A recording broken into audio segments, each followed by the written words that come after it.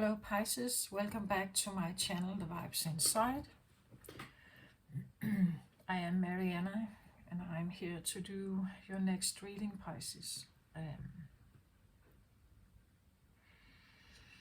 I've pre-shuffled the cards for you and laid them up, and well, most of the others readings have like a crossed lined or cross figured, you could say, spread, but you and Aquarius and Sagittarius break the rules here. You do something else, and it doesn't really, for you, it's not at all uncommon for you, Pisces. Well, when I was doing this spread and I was asking where the cards were supposed to be, they didn't want to land for me, right? They didn't want to, like, I should almost, like really request this. So I may touch upon a subject that you're avoiding, right? Something you don't want to talk about, you want to face it, you don't want to look at it. It's something, I don't know, maybe taboo, or, something that is a little bit,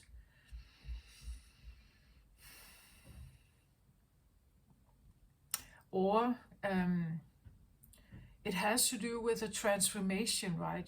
Like something you don't know exactly where it's going. You can't see the form of it.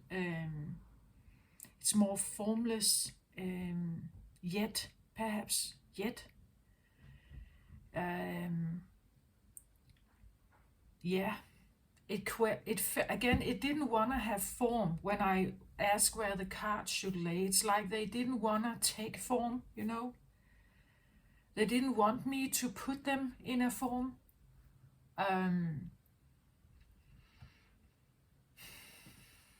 Or even a shape like this. Like they didn't want to have shape, they didn't want to have form. Maybe there's something you don't want to have form or shape. Like you would rather avoid it to have form or shape. Maybe you like it better as an idea or a fantasy, but not taking real form, manifest itself.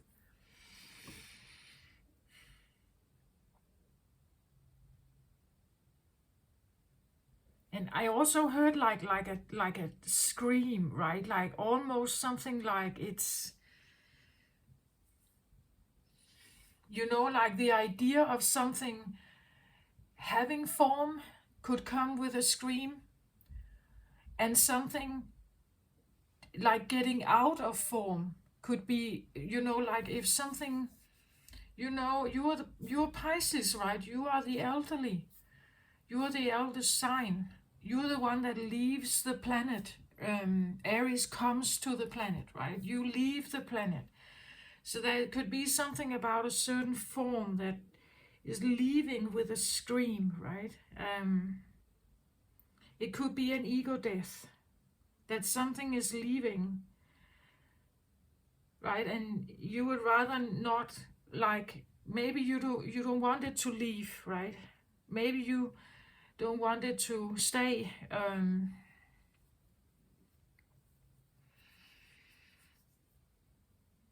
An ego death could make sense with a scream, right? The ego doesn't want to give up. It's a protector. It protects us from another kind of reality.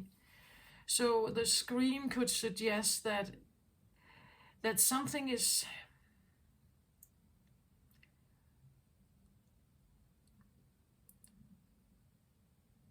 as I said, I almost had to, I wouldn't say force, but I had to ask several times, right? Where is this card supposed to be? And it's almost like it didn't want to, like, or you don't want to, like it's partly formless.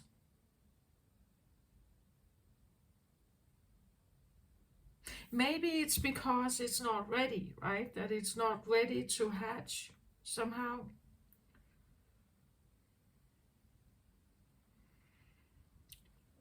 I've said before in some of my readings that when the cards are like this for now, they don't tell the story, right?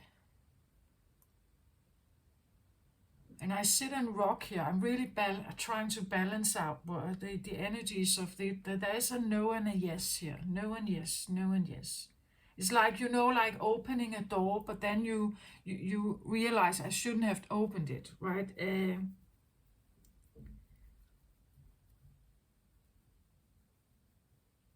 not quite sure whether I should actually turn the cards. So it's because I've talked about this in some of the other readings, like when the cards are like this, for now there is no real story for me. For you either, right? There is no story here. When I turn the cards around, I give it shape. I interpret the cards. I create a story. I become a creator of something. I create a timeline. I create a story. I create a narrative from what I get from the cards.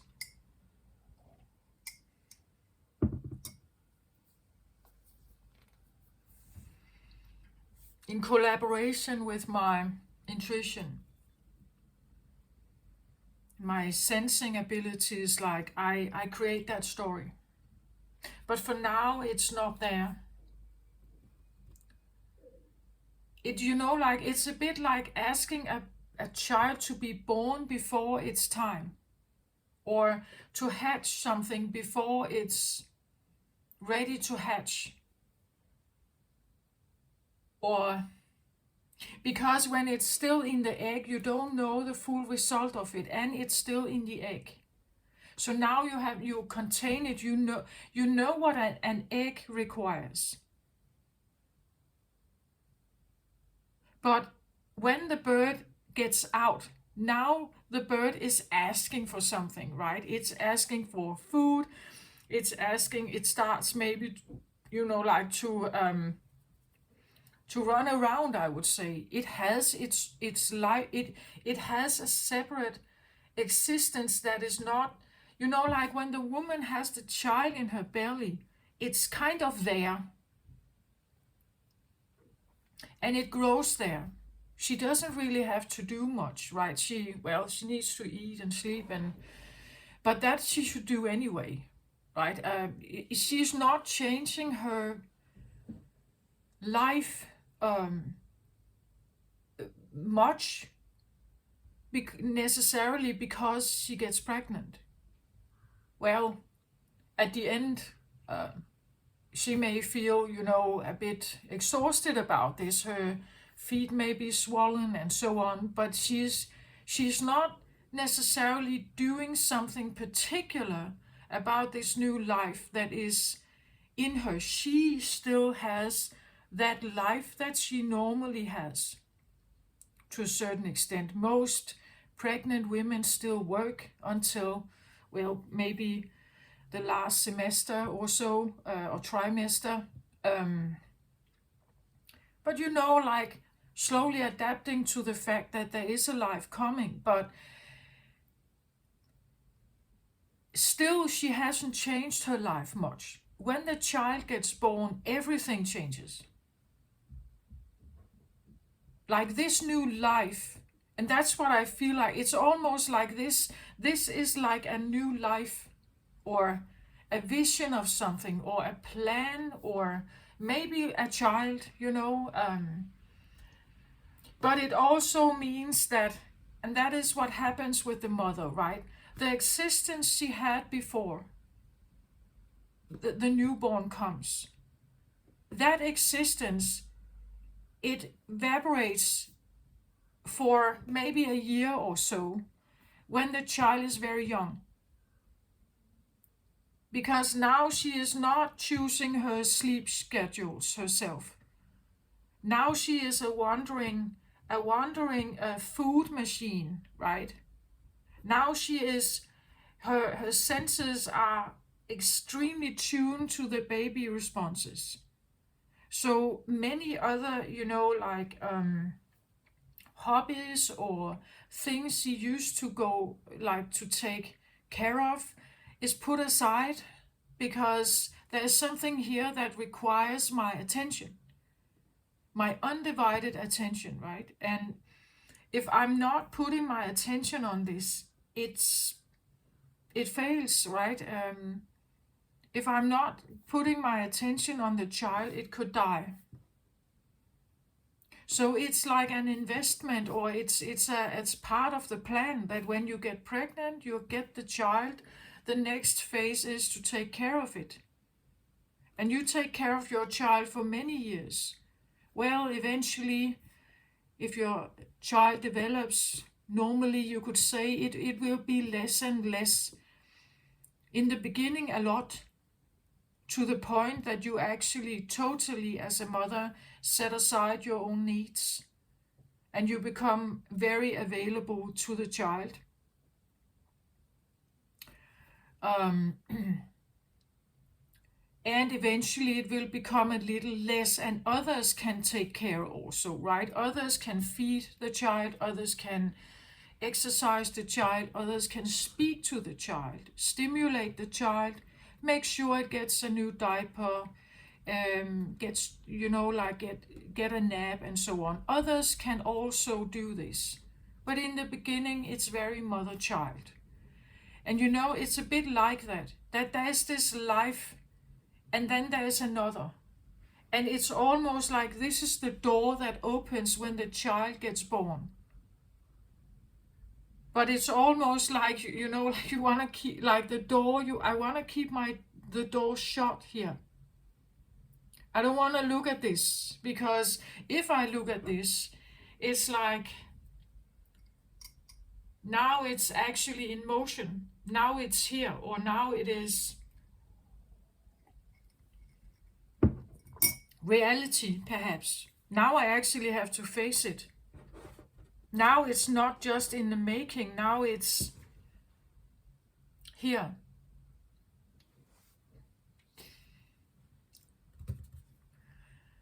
So what do I do here now, right, Pisces? Do I flip it, or do I leave it?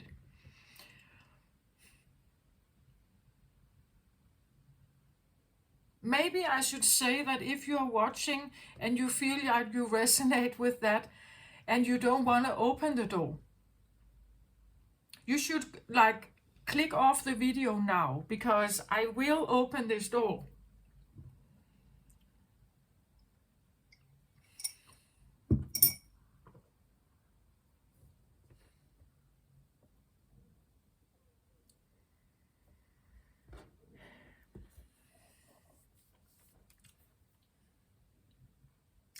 But I can, of course, ask a little, before I dive into this, I can ask, right? I can ask what the scream is about. I really heard this screaming, it didn't sound like a baby scream, but it sounded more like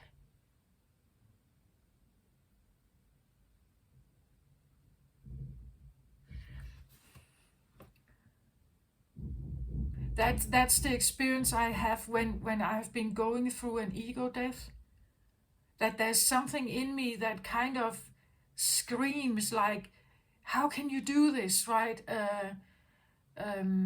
This is not safe, this is a bad choice, right? It screams at me, right? Because it wants to stay. It wants to be in position. It wants to still do what it used to do. And everything in me has to decide for this new change. Otherwise, I could be drawn back.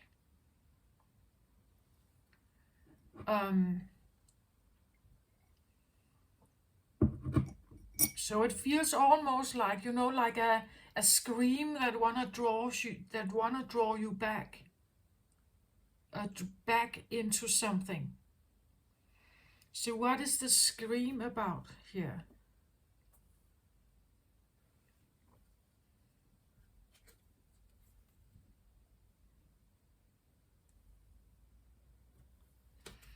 So I get Ace of Fire here.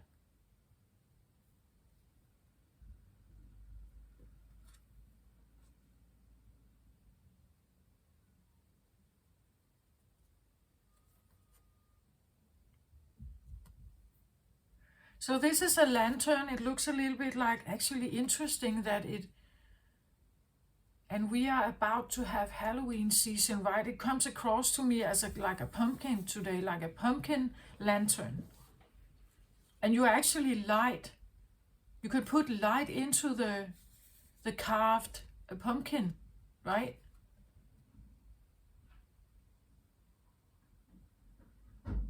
That's quite interesting. Does it have to do with Halloween? Does it have to do with that the scream is a Halloween scream?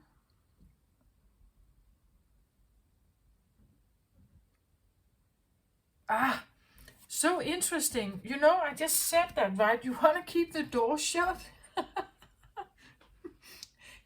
And those children coming and trick-and-treating there, right? Asking for candy, so you don't want to open the door to whatever. You know, like whatever monster, like Halloween, usually oh, this is interesting. Like the dresses or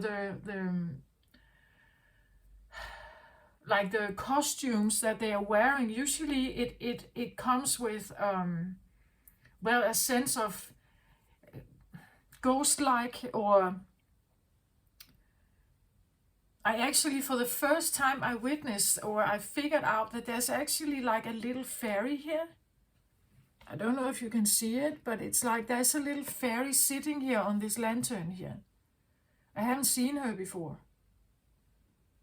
Yeah, this looks a little bit to me like, I asked about the scream. The scream belongs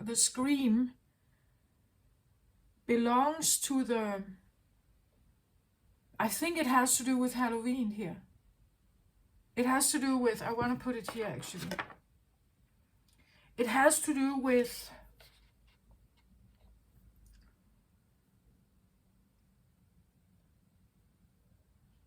opening the doors to Halloween.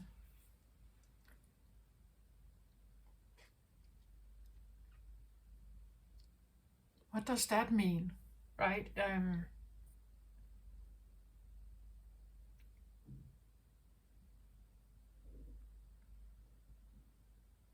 There's also another thing about the Ace of Fire here, that the fire is in a lantern.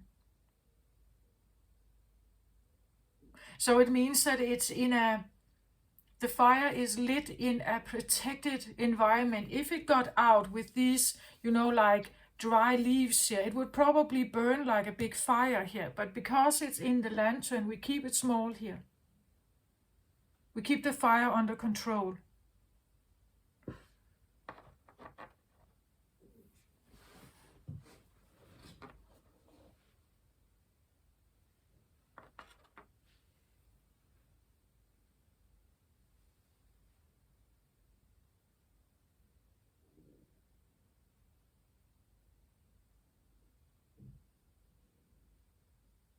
And now now it looks like a mushroom cloud. A mushroom cloud here. A mushroom cloud is like an explosion. That would be an atomic bomb. Maybe, you know, like the scream has to do with potentially opening the doors, is like an atomic bomb explosion. And all of Halloween comes out. You know, all the monsters of Halloween. Now I understand why. Now I understand it. That would be all the nightmares, I guess. All nightmares.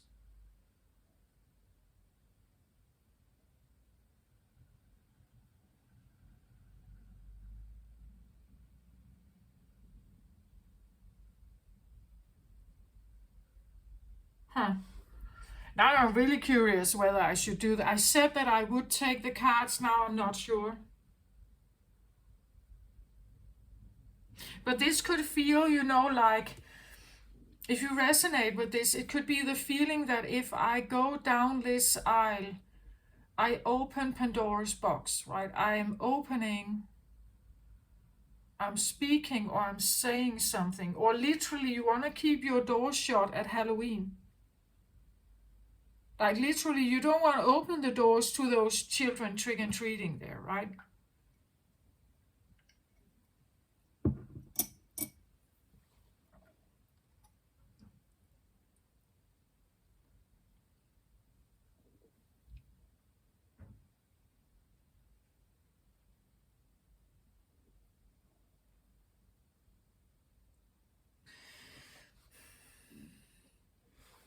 The Scream, again, Ace of Fire.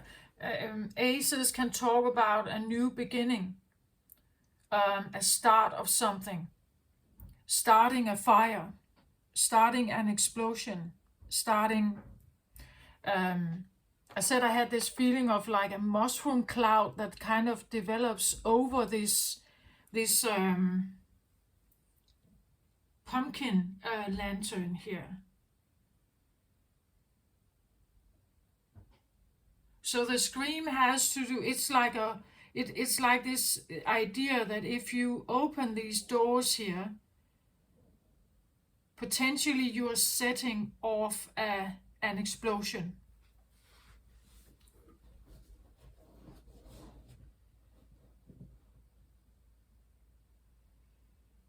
Well, an explosion of what? An explosion of wildfire. An explosion of temperament. An explosion of, I want to say with the mushroom cloud here I talk about, then I would say willpower, or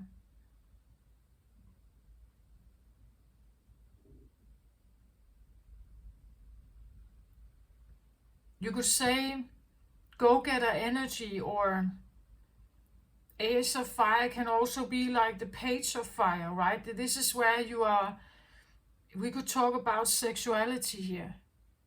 That you're wondering about something, but if I open this door, it's like I can't close it again, right? Like when it's there, it's probably full blown there, like the child, right? I can't silence it. Like when the child is born, it's like you can't silence it. Now it's here. Of course, you can neglect it. You can put it in the forest, right? But if you actually want the child, you wouldn't do that, right? You would care for it. You would understand that it has its own voice, that it has its own will also. There is an Ace of Will here, maybe also. But you know, it could be the feeling that if I go down, if I open this door, it's like, you know, like a dragon monster that is spitting its fire towards me. That much of a temperament, or that much of a reaction, maybe. Fire element can be reactive, you know, like it becomes angry or it reacts in a certain way towards you. As I said, it's like this feeling of Halloween, that if I open these doors, I will see all these monsters in front of me. Well, we know it's children with costumes, but you know, that feeling. The feeling that you stand in front of real ones. This could be a feeling of a nightmare.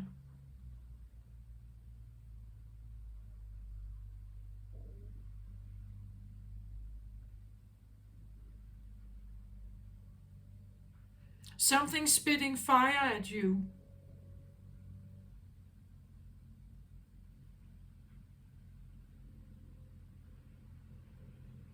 Or as I said again, it could be this feeling that you are opening the doors to your own sexuality, right? That if I do this and I open the door, it's like hell breaks loose. Now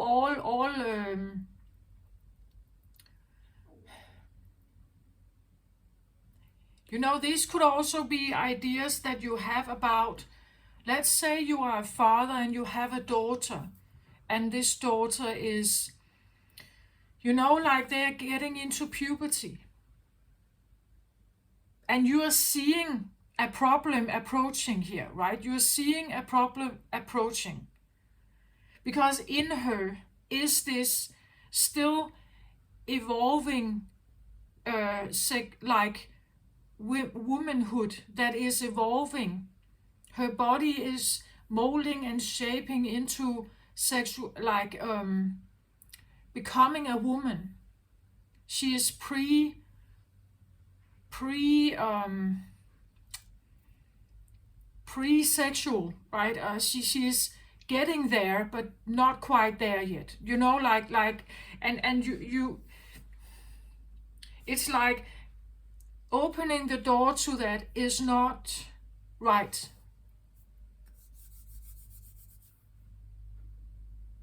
And you would prefer also her not opening it. Does that make sense? Like that it's somehow under control here, and it's kept small, right? Um, Maybe it's this feeling that if this gets explored in puberty and teenage hormones, you know, then it can escalate. It can escalate into like and become like, as I said, the mushroom cloud. Like it can explode into like inferno. I hear inferno. So it gets out of hand. Like I can't control my now sexually active teenage daughter, who has this unfolding sexuality going on, and she is sneaking out at night, and it's like I don't have it under control here. It's not in the lantern now. Now it's everywhere. You know. Um,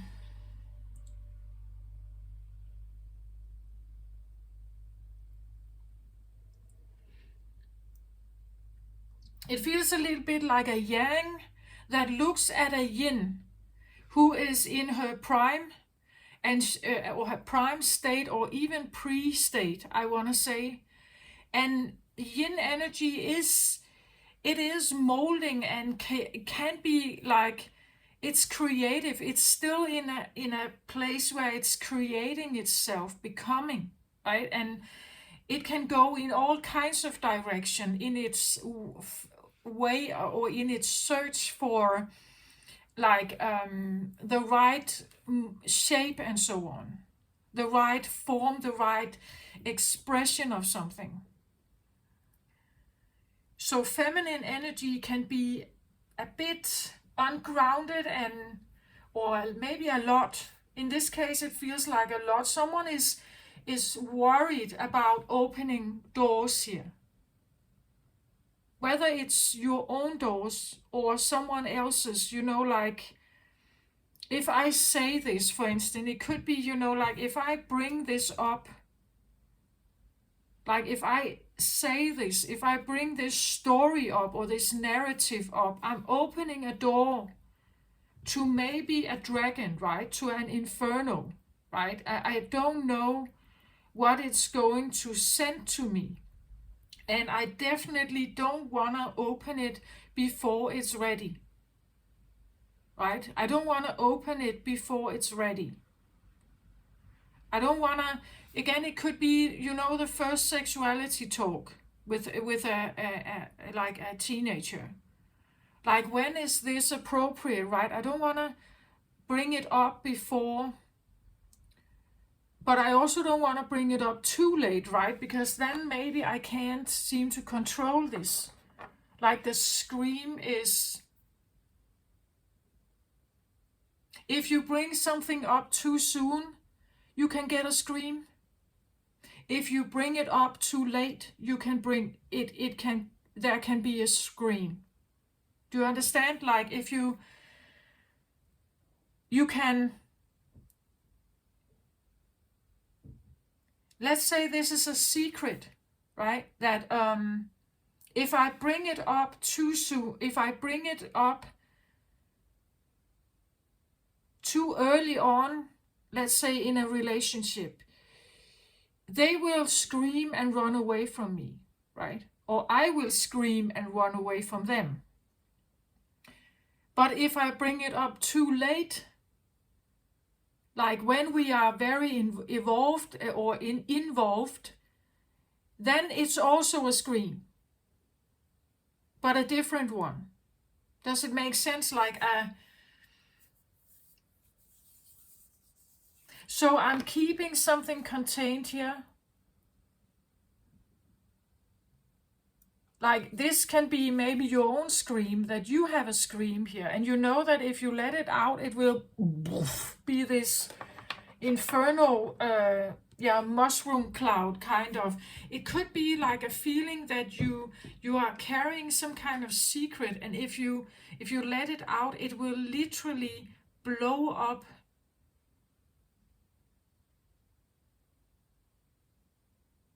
like your entire world. It will blow up this world. It will blow up, like the world that you can't go back.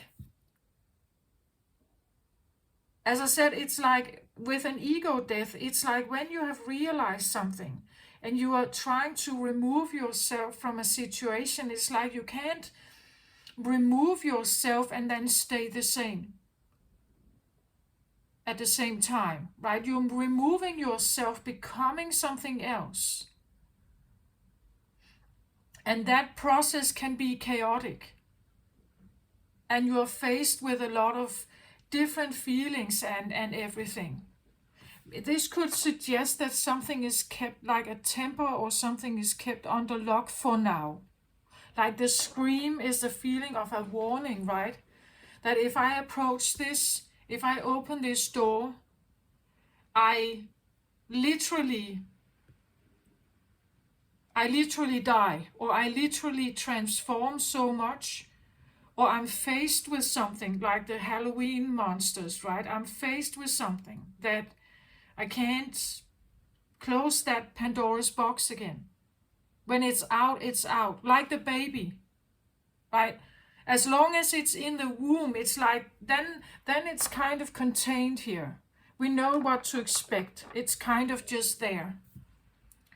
But when it gets out, suddenly it has its own, such a tiny little thing can make such a noise, right?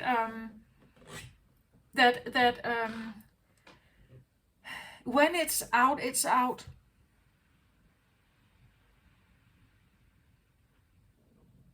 And there is something about like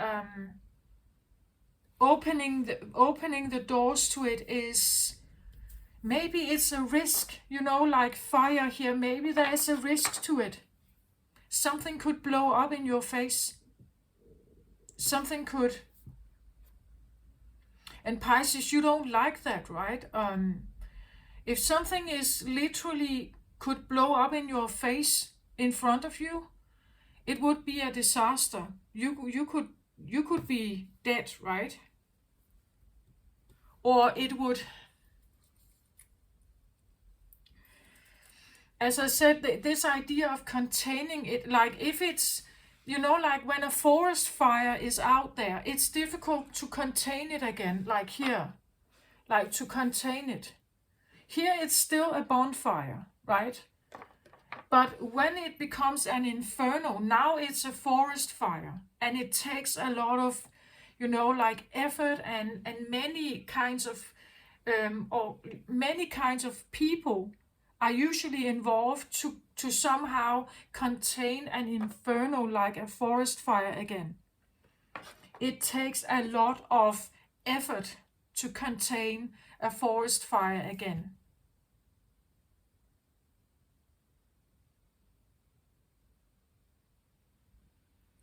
Does that make sense?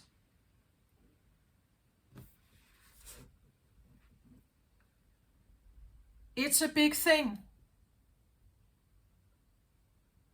It's something about, I get the feeling of like, When you light the match for the bonfire, you become responsible.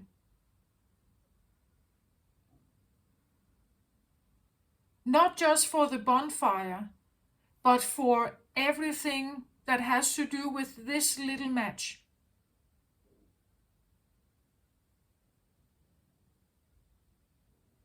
It's the same thing as when two youngsters, two teenagers have sex together. It looks like what I would call like a little match. We just strike a little match, a little wand. We have fun together. It's new, it's exciting. We don't know much about sex. We haven't tried it. We're exploring this.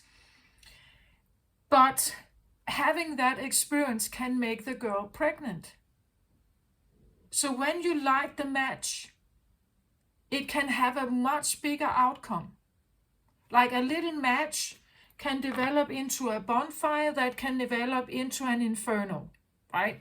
So whatever classifies an inferno for you, getting a child and being responsible perhaps, or having a lifelong commitment to something, maybe that is an inferno for you and you don't want to go there. But again, it could be, like this is the message that I want to strike the little match. I think that is fun. I like that. But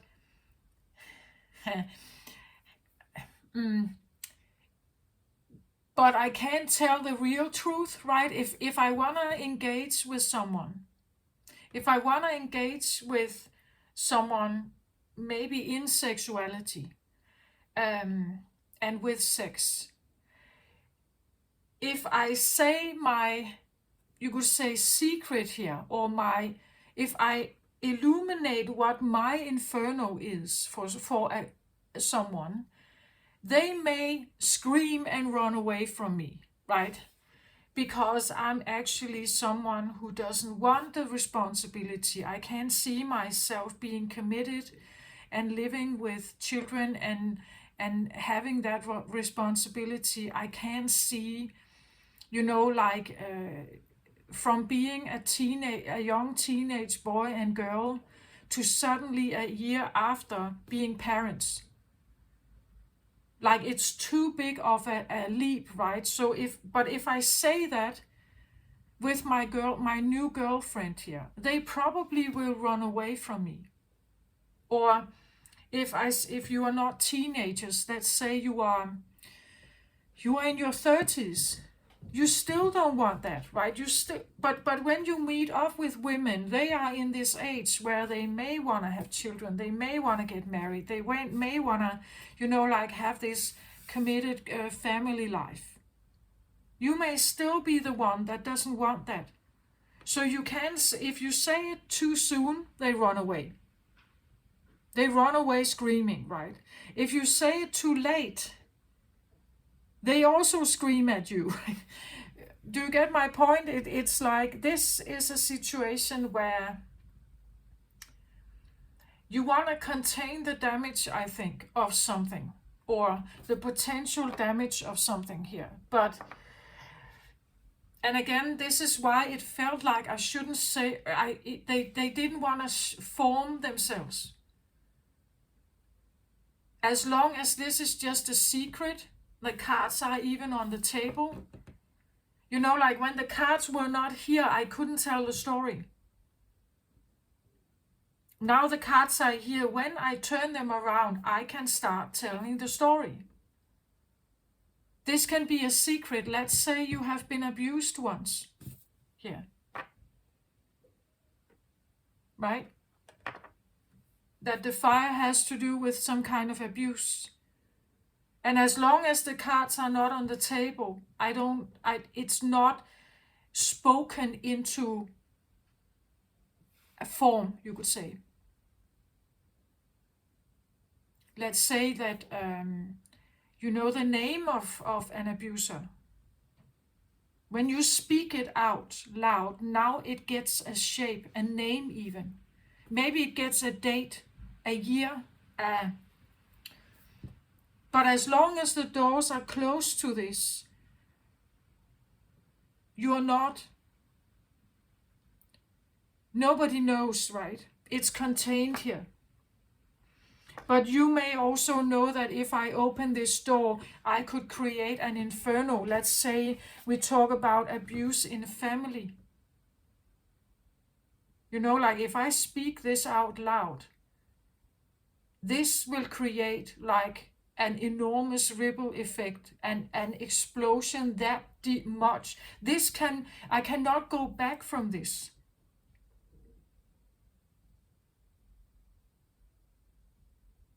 This will be such disastrous to my current existence that I can't go back.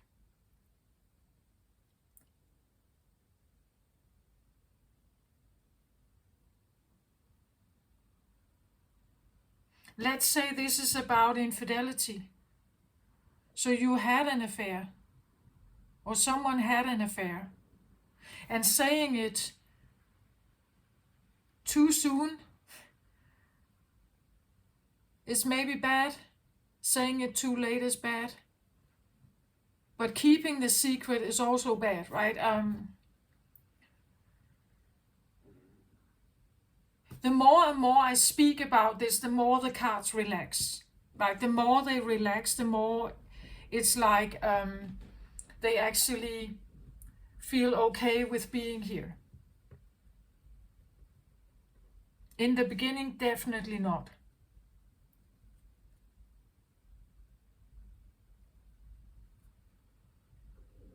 So maybe this is, like if you've never been to a psychiatrist,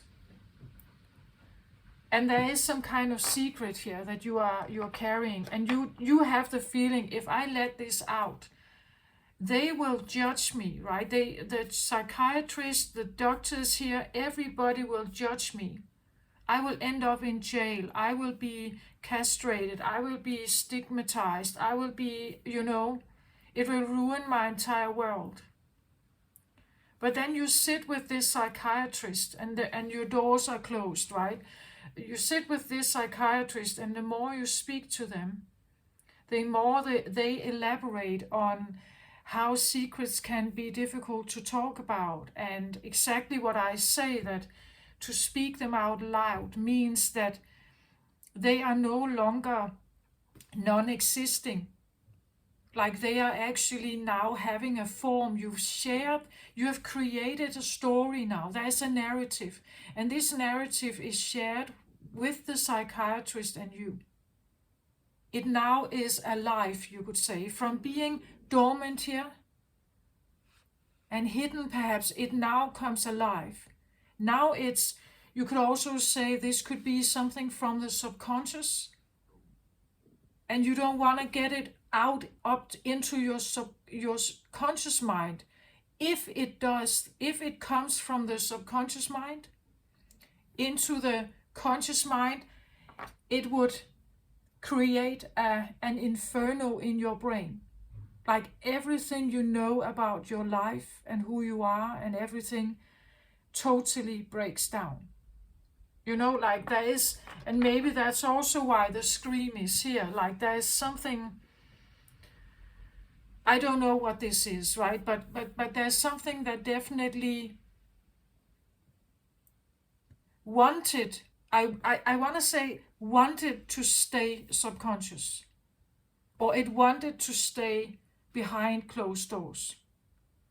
I get more and more the feeling that maybe it's all right to look at this. But if you are someone who has been struggling with this, maybe you shouldn't watch more, right? It's almost like, like you know that something is off about you, and you choose to go to a psychiatrist about it. But actually there is a part of you that doesn't want something to come to the open. But you feel there's a sense of miserable feeling to something. And yet you sit with the psychiatrist and you just feel like, no, it's just wrong.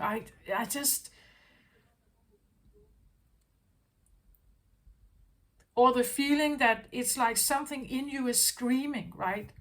Screaming to be heard, screaming to be not heard, screaming because it wants not to be recognized, or because when it gets recognized, suddenly it has identity. Suddenly it has a shape and a form. That's what I feel. It's like something could potentially mold into a form here. But as long as it's here, as I said, as long as this is just like this, we don't know what it is. That is like, something from the subconscious mind you don't have access to. But as soon as I open the cards, it's like it starts molding, right? Now it starts to get form. Now it becomes conscious. I can tell the story. But as long as it's like this, I can't. I can tell you something around it. That's what I've tried to do. I know that there's something here that feels painful, I think. It has the potential of like an inferno. Or maybe you are worrying that if I say this, it creates an inferno in my life. Or it will be like I light the match of something and I can't stop it again. It could be maybe unleashing an anger in you that you don't know how to stop. Okay, I feel like I'm ready to go into the cards here. But I'm talking myself warm around the subject here. So I feel a bit like, like a counselor speaking to someone who is coming for counseling. I speak around the subject, right? But not directly into it. Does that make sense? Something like that? And the more I do that, the more it's like this is relaxing. It feels like it relaxes. Because I have no means of judging it.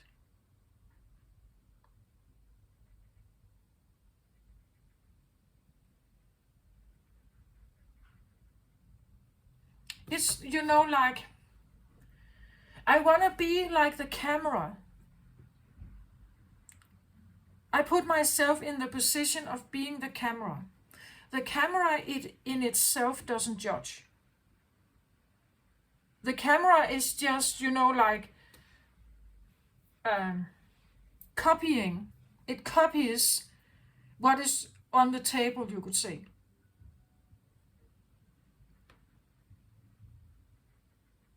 It just... So I think that it's important to approach this with as much as non-judgment as possible.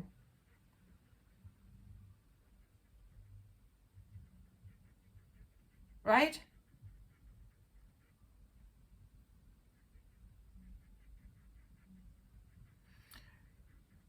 And that's what a camera does. A camera is just reflecting what is on the like what is here. It's not telling whether it's good or bad, or whether it is catastrophic, or how could you do that, whether it's too much or too little, or whatever this is. It feels like it's supposed to be approached in a very non-judgmental way. And that's what it's like I'm talking myself warm here,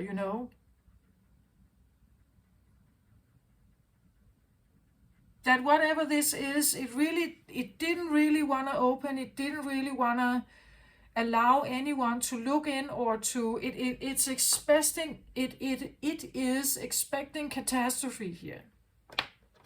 And it's containing its, like fire here in some way.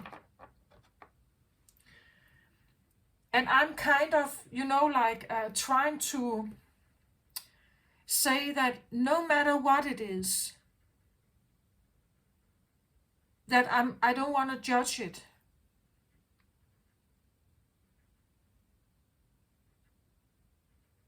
You know, if we can see someone is really hurting, but they have a really, really hard time opening up and wanting to say something,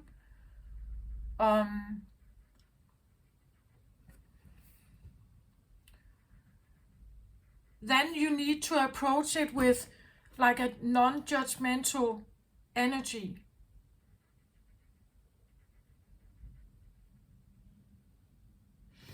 So this is the center. So here we have a call, like, and I have two cards here.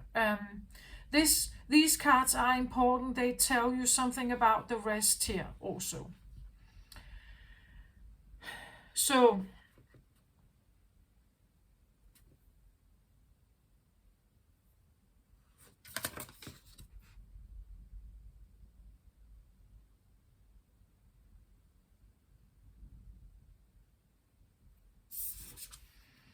I have this card here called Lala.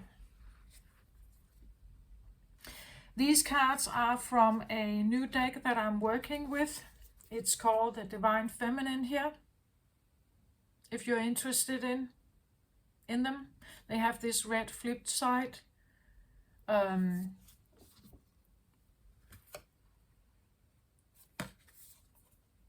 It says here, the saint of spoken words. Every word I say becomes a prayer. I am the anchor of my own story. So, well, every word I say becomes a prayer, it says here. I'm the anchor of my own story. So the anchor of your story, if it's not a great story, you understand how she could be a protector also, right?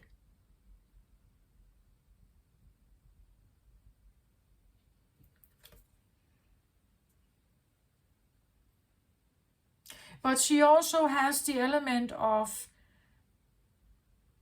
changing that story. The saint of spoken words.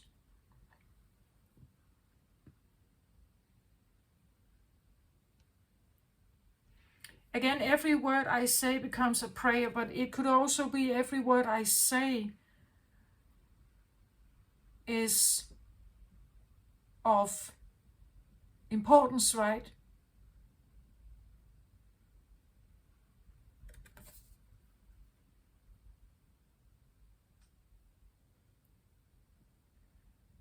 And somehow I get the feeling of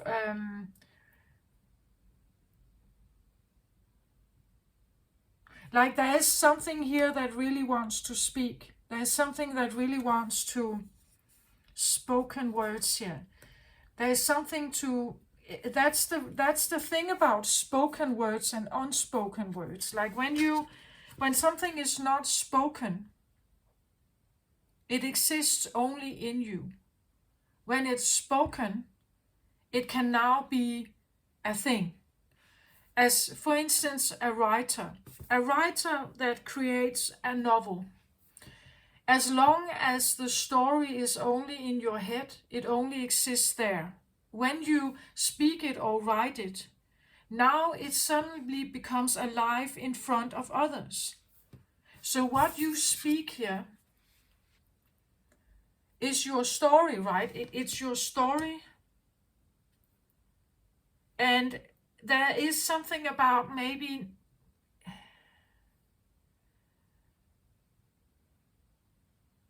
when your word becomes a prayer, it's like it becomes part of your wishes. It becomes part of your dreams. It becomes part of your hopes.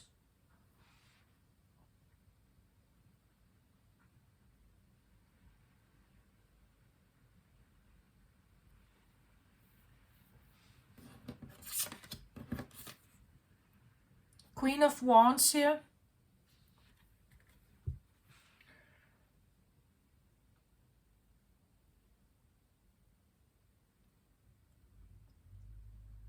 So here we have fire energy, right? A Queen of Wands, I would say, Well, usually queens take action in tarot, right? They are active, they take action, they do something with the fire energy here.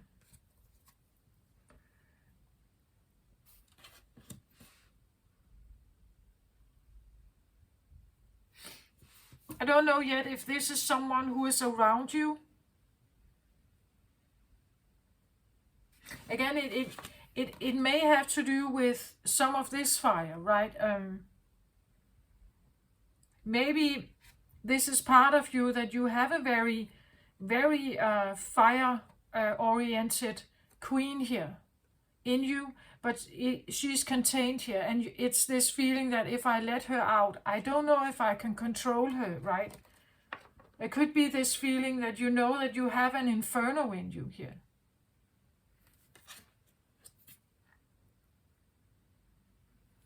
That if I somehow let this out, I don't know if I can, like, take it back.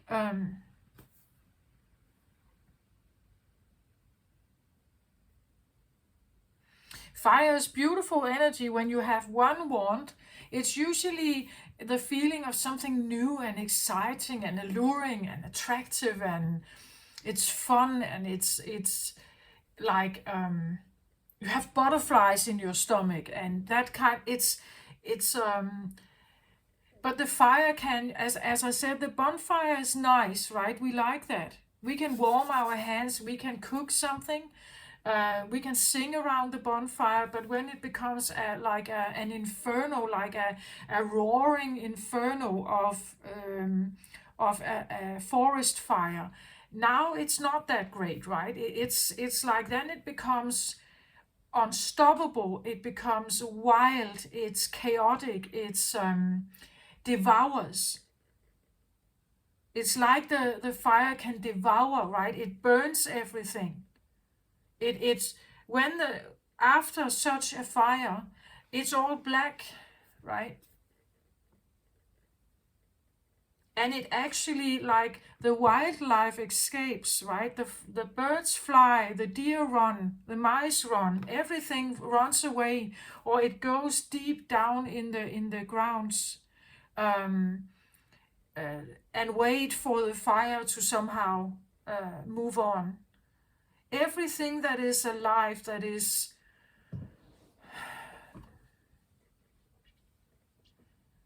and seemingly is vibrantly living, the grass, the trees and everything, when the fire has been there, it's all black, right? It's burned, it's hurt, it's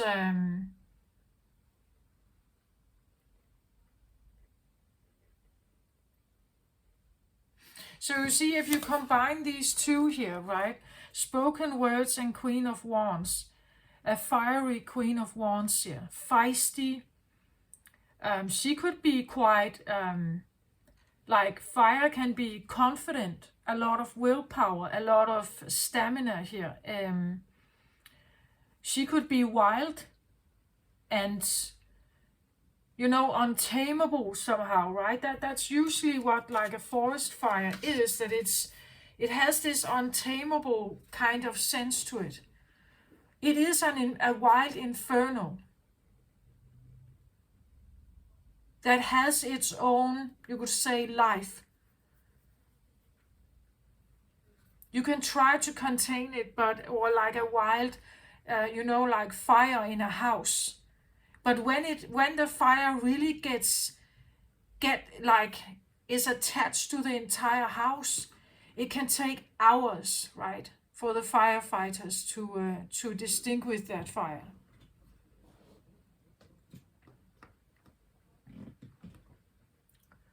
Well, when she stands here, she looks a little bit, when she has lit her wand here, she looks a little bit like,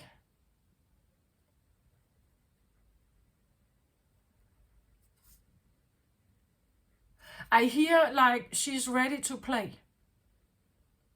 Like, game on, right? That's the feeling, game on here. She can be competitive here, like very competitive. Game on, right? you know, this thing like, okay, you want to play? Okay, then let's play. Come on, right?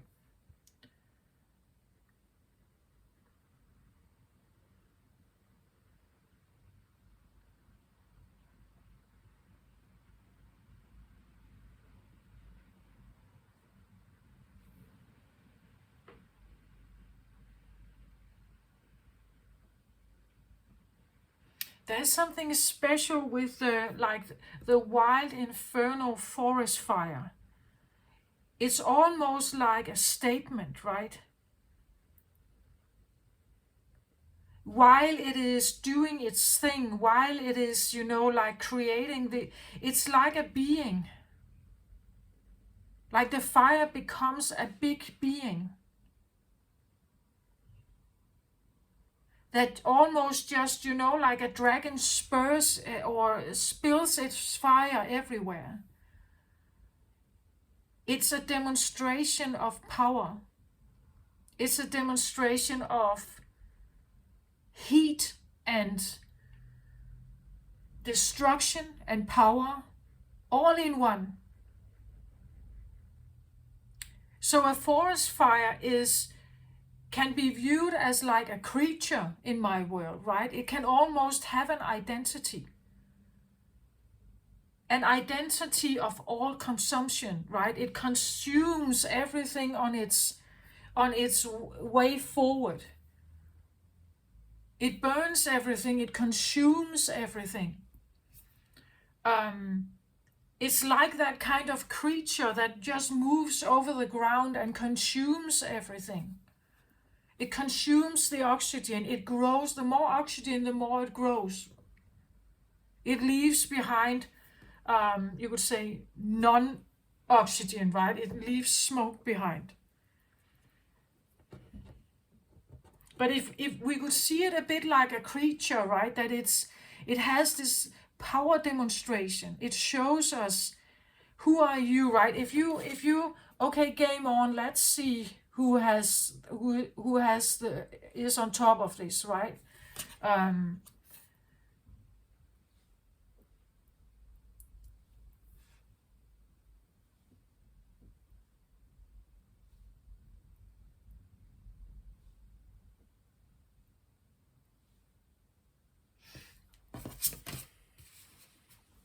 Soul retrieval.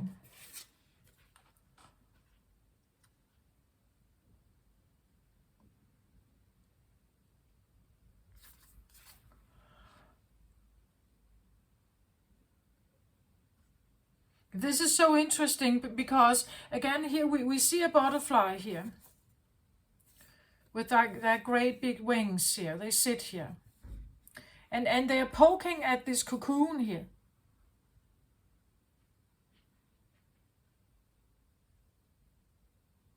So when you get a soul retrieval, usually you prepare yourself to get out of the cocoon. It's like in the cocoon you're gathering your pieces. You split your cells and you gather your pieces. You develop more and more of the entire butterfly, and you become more and more ready to hatch. That is the soul retrieval card. Or that's the soul retrieval meaning, right? That if something has been scattered or fragmented once, the soul retrieval is asking it to come back. And then it molds and shifts and mold and shift, and then it's like the butterfly is ready. But again, as I said, it's like like the butterfly usually doesn't get out of the cocoon before it's ready. There's something about this before it's ready. Like you would say with a child that is prematurely born is less adapted to this world, right? It needs special care. It comes with a sense of vulnerability.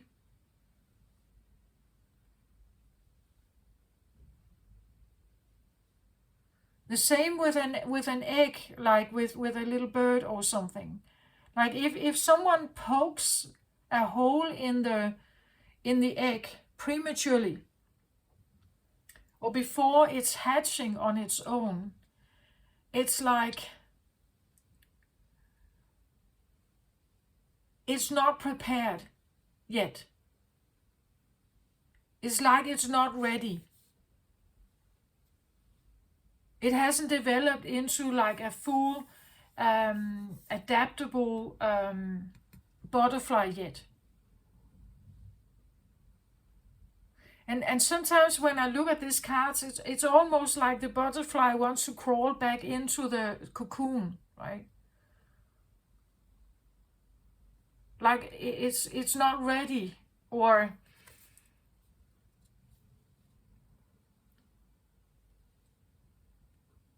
it's almost knocking at the door,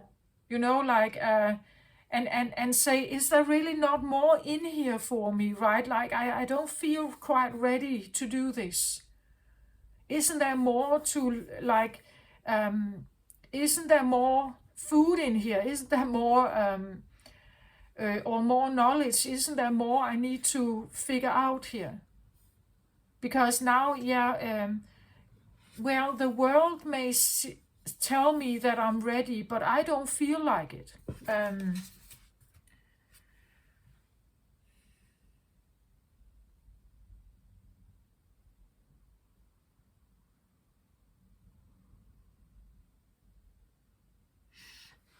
Well, I would say, like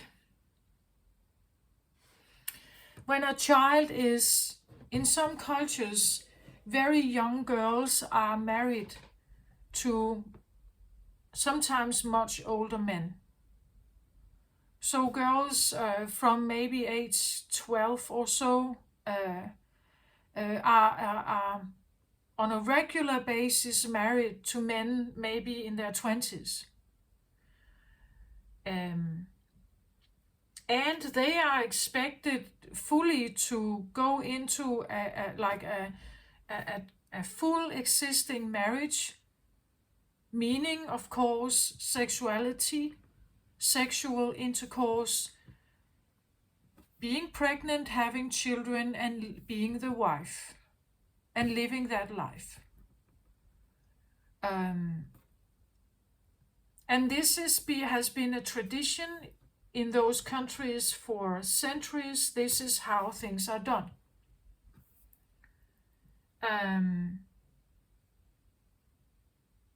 But again, there could be this, like as I said, this feeling that when this is contained, not explored, not given an opportunity to escalate on its own or grow on its own, you put it into a situation where it is maybe not ready. It doesn't even know what it means to be. That's what I feel like. It's like it doesn't know what it means to be a butterfly. He keeps poking at the home, right? He keeps poking at the door, like knocking on the door, right? But you want me to go out there. You want me to.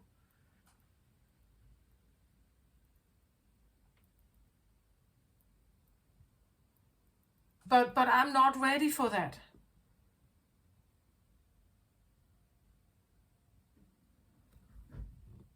Or I don't know what it means, right? I don't know what it means to go down this route, or to hatch.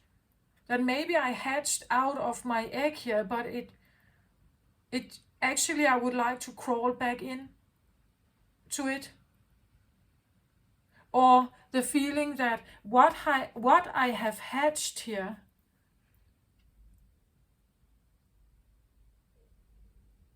is not what I hoped for. And you can feel it, right? It's like it may feel like it's coming, but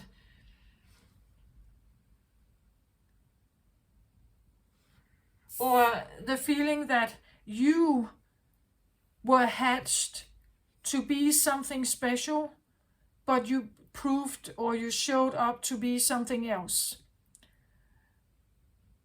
Like maybe the family was expecting a boy in the family because they need a new heir, or they need a strong man as one of the oldest children to be responsible for the rest of the family, but you were born a girl and not a very, you could say, maybe strong one, right? Not the one that, this one is very dimmed and not released, not shown. And if it's shown, it becomes wild, right? What take that how it resonates. Like I think it's highly different for you, Pisces, right? That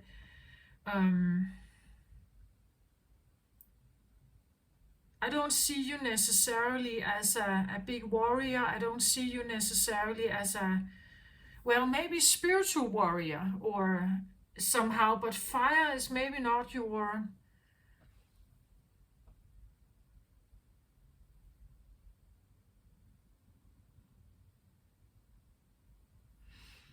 well, I don't know. I don't see Pisces like that, but please let me know if you disagree, right?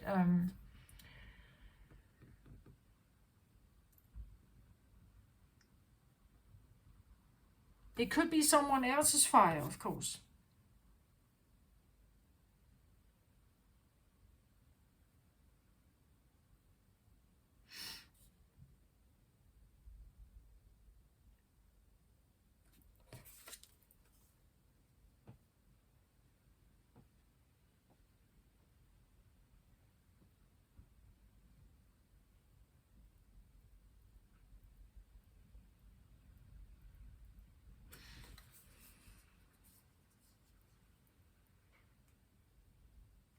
Yeah, when I look at this, I don't know if you can see there's this like a planet or a round yellowish, and again the yellow color for me represents solar plexus chakra. It can be associated with like golden colors or fire, and represents again the solar plexus is our personal power center.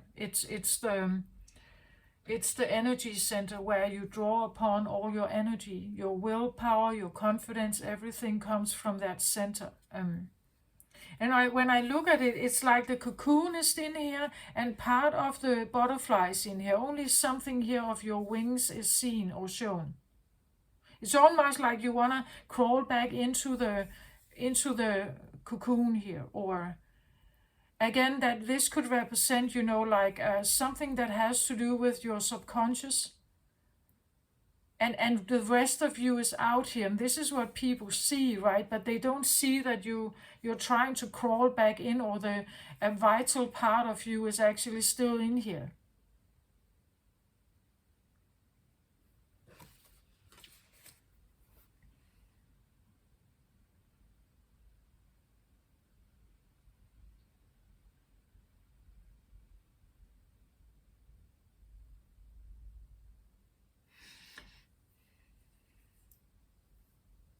I get almost something a bit like fearing your own fire, fearing your own willpower or someone else's, right? Fearing someone else's, again, if you open the door to something, then fearing someone's response to something, right?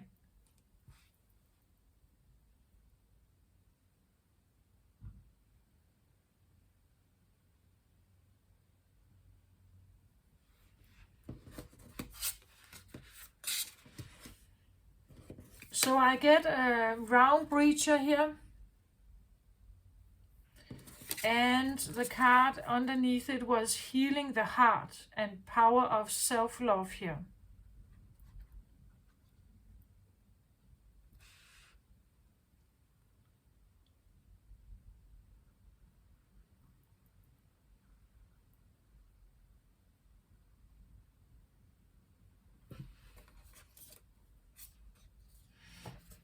Round Breacher in itself is an interesting card because it wants to go from like one place to another.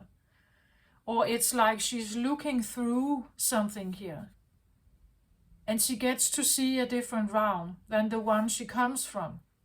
right? That breaching through here and having the ability to look into a different realm here means something.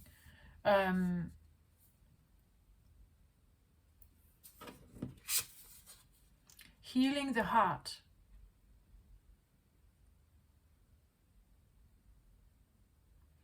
Power of self-love.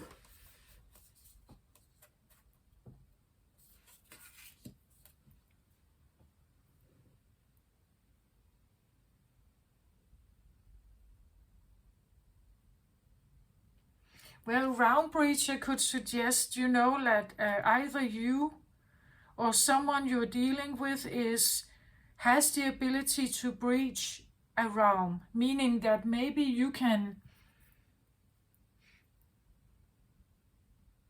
like if you have certain gifts here, Pisces, you can breach a realm. If you're clairvoyant, for instance, you could use some of those qualities to look into someone else's life.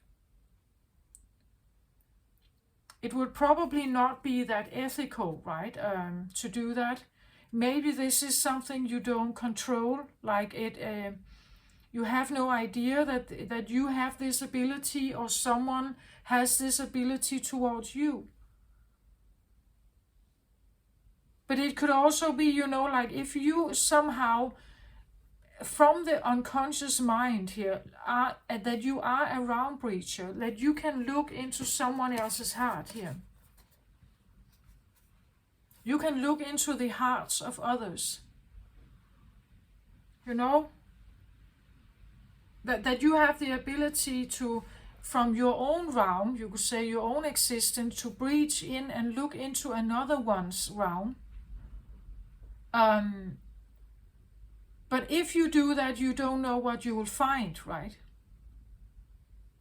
Again, if we talk about this, I think you have an inkling. It's like if you do this, if you use your realm breacher abilities here, you are wondering if you are unleashing an inferno.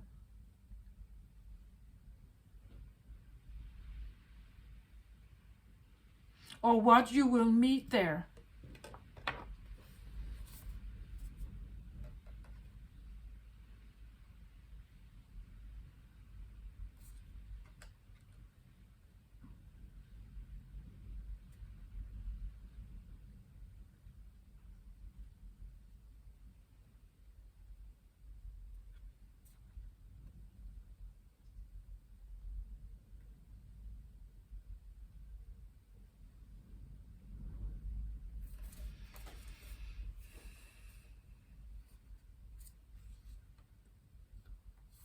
The realm breacher can also suggest that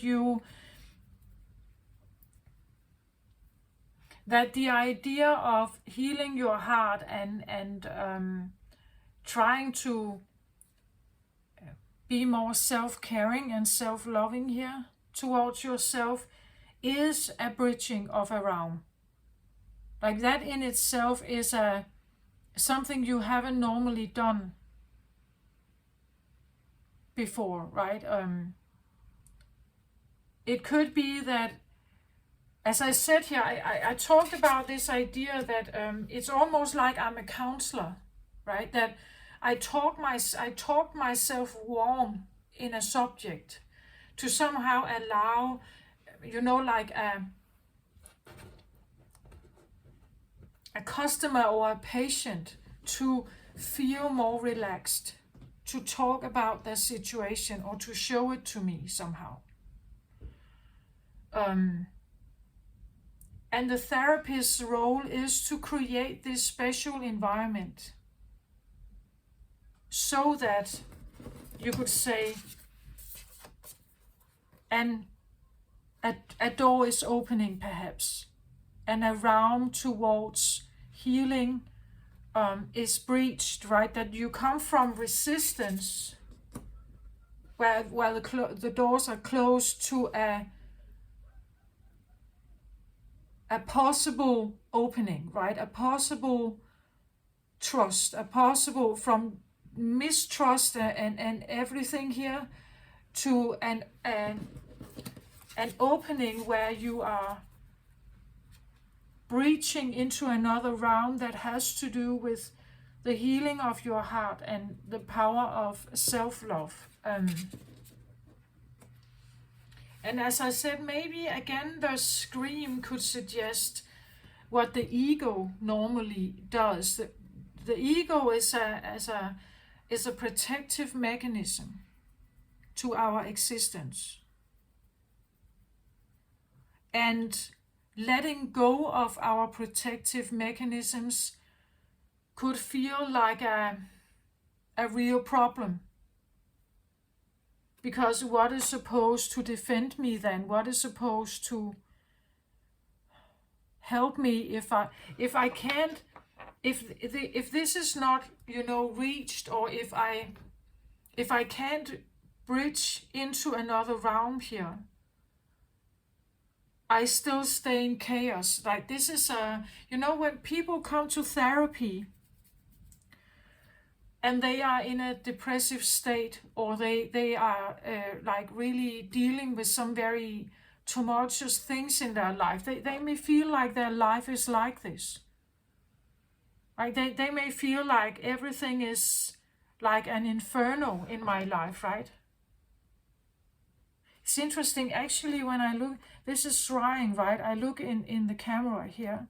So I get almost like a presence here. It's like this is an eye and another eye and a nose here. And so it has a bigger kind of head here. It looks a bit like a fox to me. Nose is here.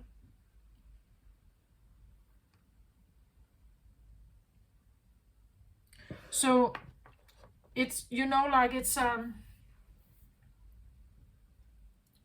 it could be a feeling of like something big in you is screaming about the idea of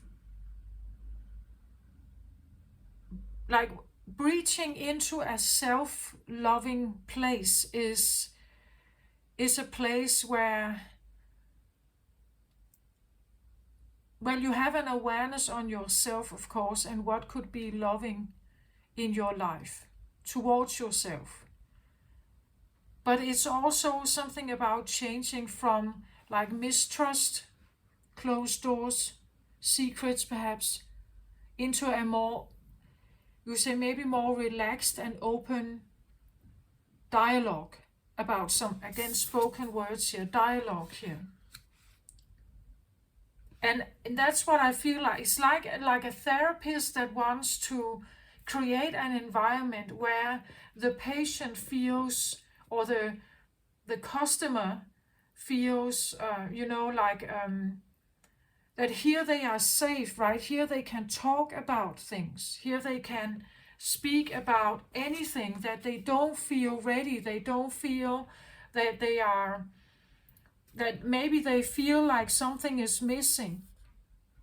That they don't feel that they are quite whole or themselves here.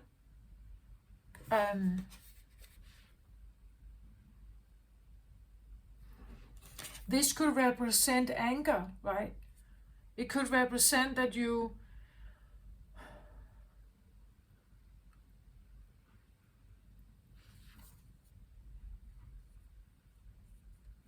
again, yeah, it's like she's just showing a little bit of fire, but actually her wand is this one, right? That she's just showing you this little one, but in here there is a lot more, right? It's much bigger and it's much more. There's a lot more fire. Like again a repressed state of being. But it's much bigger. It's much bigger.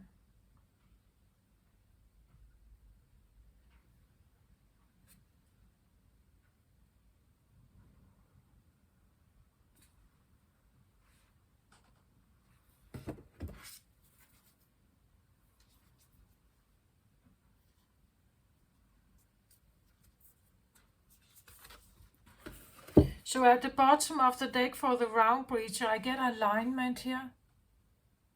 So you are aligning yourself with something. This, I feel I hear on track. It's like you are on track. So what you are doing here, even though you feel this scream in your head or in your heart space maybe, because a transformation from a closed off, maybe afraid or avoidant or, like scared existence into a more open-hearted and more spoken also here. I get also something about identity, that the more you speak something here about maybe the scream, right? The more you speak about it, the more it tells you maybe something about why this is difficult, why this is new, why the feeling of loving yourself comes with a scream, right? The Queen of Wands here. At the bottom of the deck for that, I have the Star card here, which is Aquarius energy, but it connects with the cosmic eye here, you could say, the pineal gland.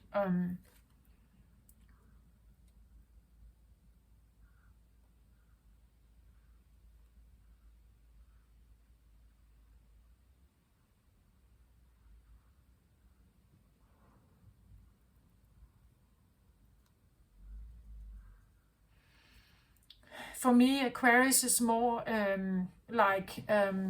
intergendered. Like male is not quite male, and female is not quite female. I feel like there's an intertwining feeling to Aquarius energy. Maybe people don't like to hear that, but that's how I experience it. That's how I feel Aquarius energy. Aquarius energy for me is futuristic, and that in itself makes it more non-dualistic. It's less judging, it's less favoring, it's less dualistic, and therefore again the gender idea of being female and male is, we also see it in the time right now, that we have all these expressions of sexual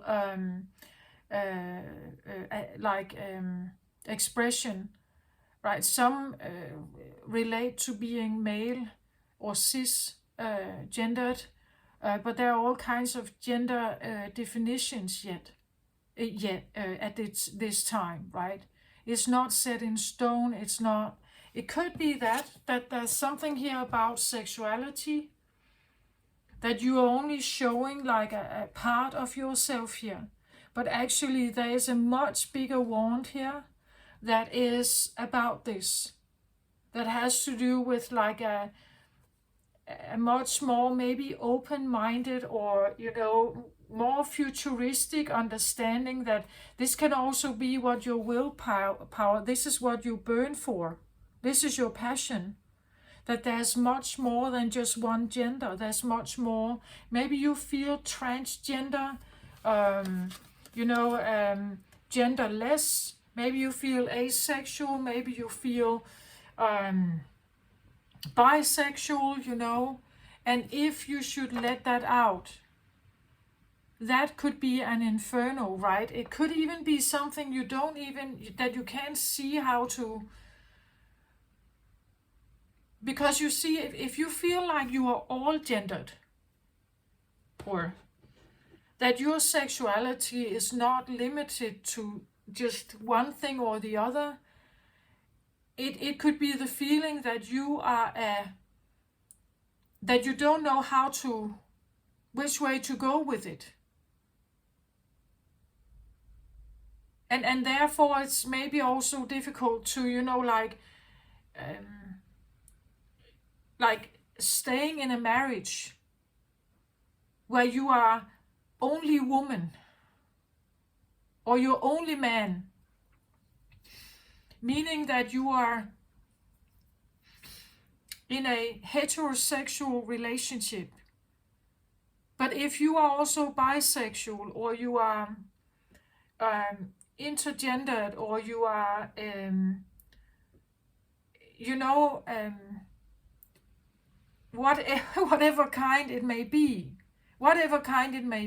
if you are all gendered somehow and you don't have a preference for that, everything looks interesting, everything, like the exploration of sexuality is so much more than what we see today, for instance, then it's like you have a different approach to sexual life. Perhaps you have a different approach to maybe the body. Again, sometimes children that are born with like intergendered genitals, sometimes the parents choose for them, right? So they choose that they either become a boy or a girl. Sometimes, one of the genitals is changed so that the child is looked at and viewed primarily as a boy, for instance, or primarily as a girl.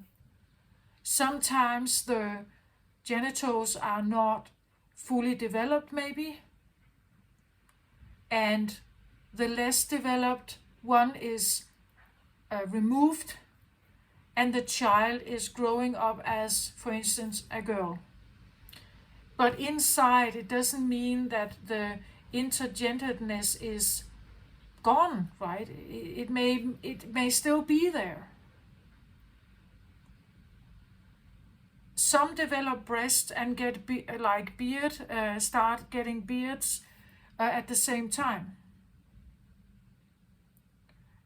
So, but in order for not confuse the child, the parents sometimes make a choice, right? They make a choice that it's better that they fit in, that the child fits in, and they will not be bullied as much, the parents may think.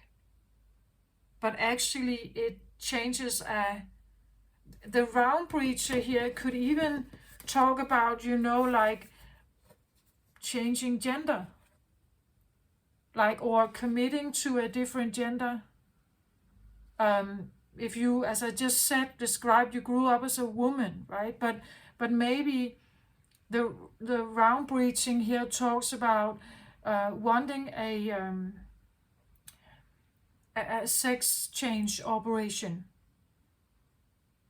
because this is actually healing to your heart here, to choose that.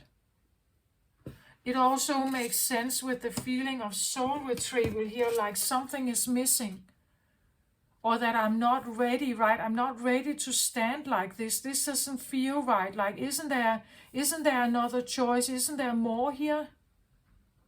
Like I'm only showing one side of the story, but there is actually more to me, right? But it's hidden, or it's not out in the open.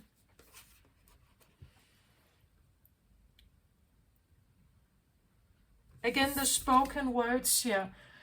If you tell yourself, I'm a boy, I'm a boy, I'm a boy, I'm a boy, it's like you want to identify with being a boy. It becomes, you could say, the prayer, perhaps. I'm the author of my own story, so what if you could change that? What if you could become a girl?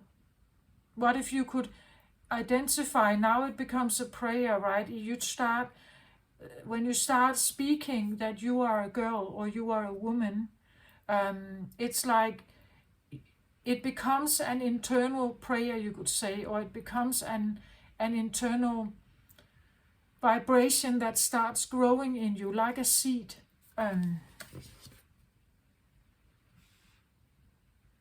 The round breacher here could be you know, like sitting with a therapist, talking about maybe genders, talking about you feeling incomplete, or that something is off somehow, or there's much more here. But if you let this out, you know, like in your story, if you let this out, if this is, you know, like this could be a story that a parent has of such child, and they haven't told their child that you were actually born with both genders, with both genitalia. So I can keep the door closed here, but actually it's nagging me. But I also know that if I let it out, this will be so massive of a story that it can create this inferno of hate, or, you know, like anger, that I just don't think that it can ever be healed again. But at the same time, as I said, I can't say it too soon, I can't say it too late, right? If I'm too late, the problem is already there. Internally, the person may feel it, right? They feel the problem here. They feel like they're not whole. They feel like they keep searching for something that they can't seem to find the answer to, right? They don't feel at home in their body, perhaps. Like the round breaching could be, well, it could be about, in order to, like, you could say, honor your heart here and what you truly feel, it would be right to change, or to breach into another realm, or even just, you know, accepting that I'm not heterosexual.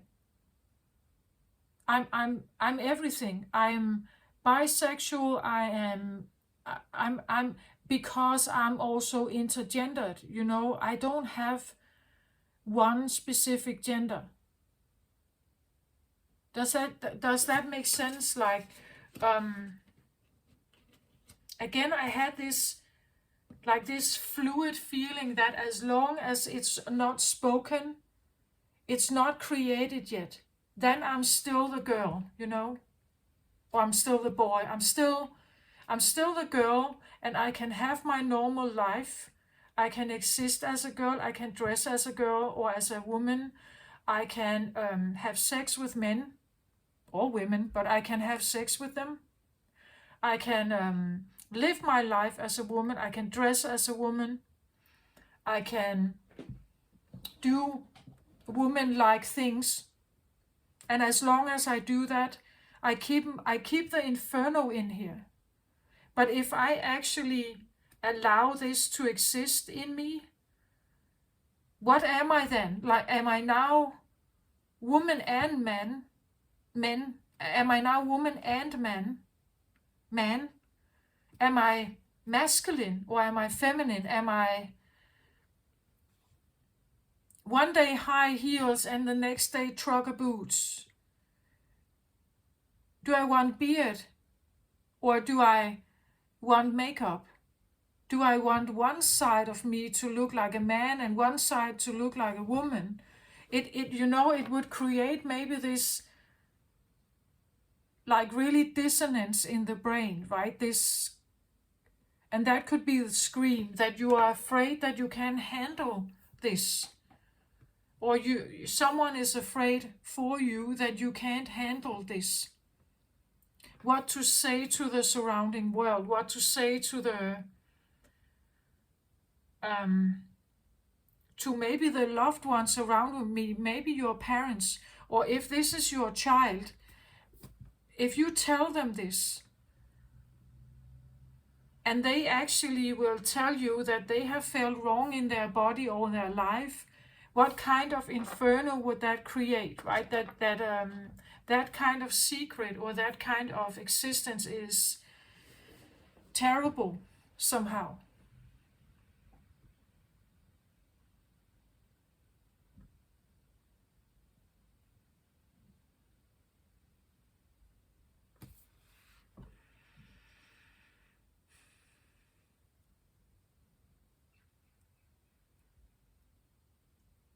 Now it also makes sense, like the feeling that I had, that the commitment, it's like I can't commit to being either woman or man. Like if I let this out, I can't be not one or the other. And then it also makes me a freak, maybe, right? That could be the feeling here, that I can't say that I'm one or the other. I can't say that I'm more this than the other. I don't want also that someone, like is asking me, but are you into men or are you into women? It's not like that, I think. But you can also, like, it's almost like if I really go here, if I open this door, I can't go back. If I want to speak to someone about this, I can't go back, right? It's like I'm no longer Louise. Like the next time I come and speak to my therapist, they may ask me, are you Louise today or are you Frederick? Or are you Lurik, right? What are you, or maybe the therapist is approaching this differently. But like if I say this to my parents, they would maybe not know how to address me. They would maybe not know. I know that this will create like a ripple effect, that this is going to create an inferno in my family, for instance, or even within me. Like if I have to fathom what this is going to be for me, to reach into this realm, this different realm that is much more in alignment with my heart here. But it scares me, right? Or I hear the scream, right? I hear that. The scream could, of course, also be a calling, right? A longing, like it longs to unite with you somehow. It longs to be heard also. That if you are keeping the door shut to it could be a scream that wants to reunite with you. That it screams because you're not listening to it.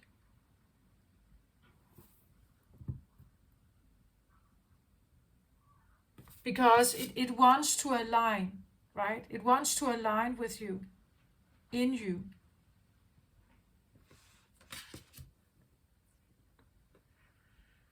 Okay.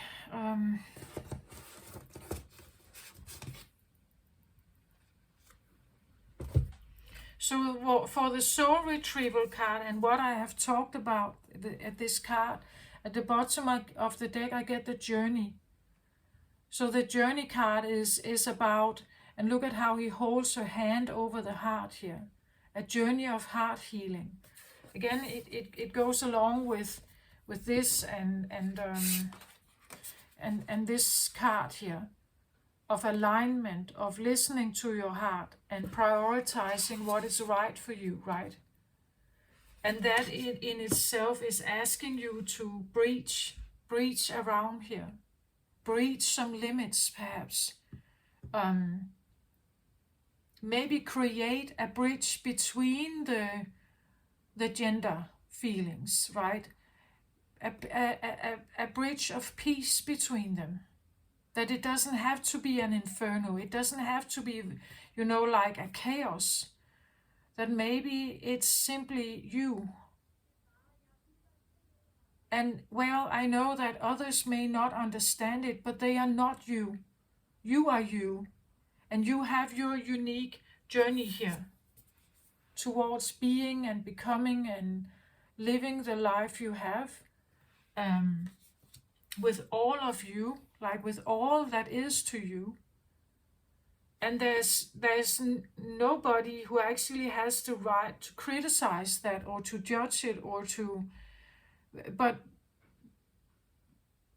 and the interesting thing is that, as I just said, with these marriages of very young people in certain traditions, that they are married when they are 12 years old, maybe, with maybe a 25-year-old man, young man.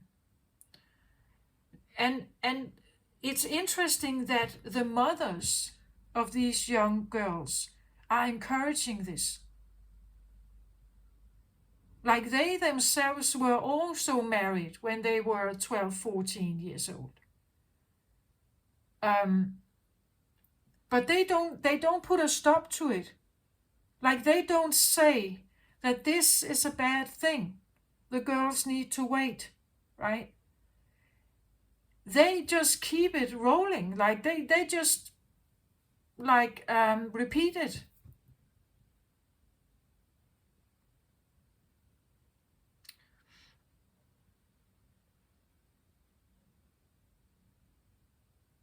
The thing about this intergendered thing, if I don't know if it maybe intergendered, or it could be some kind of sexual thing that you have, that if you somehow speak about this, if you say this, if you it's like, as long as it's kept under lock, it's not alive.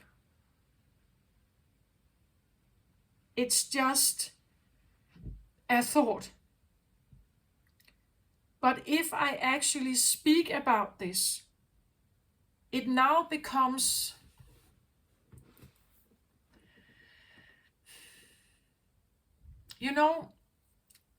if being in a heterosexual relationship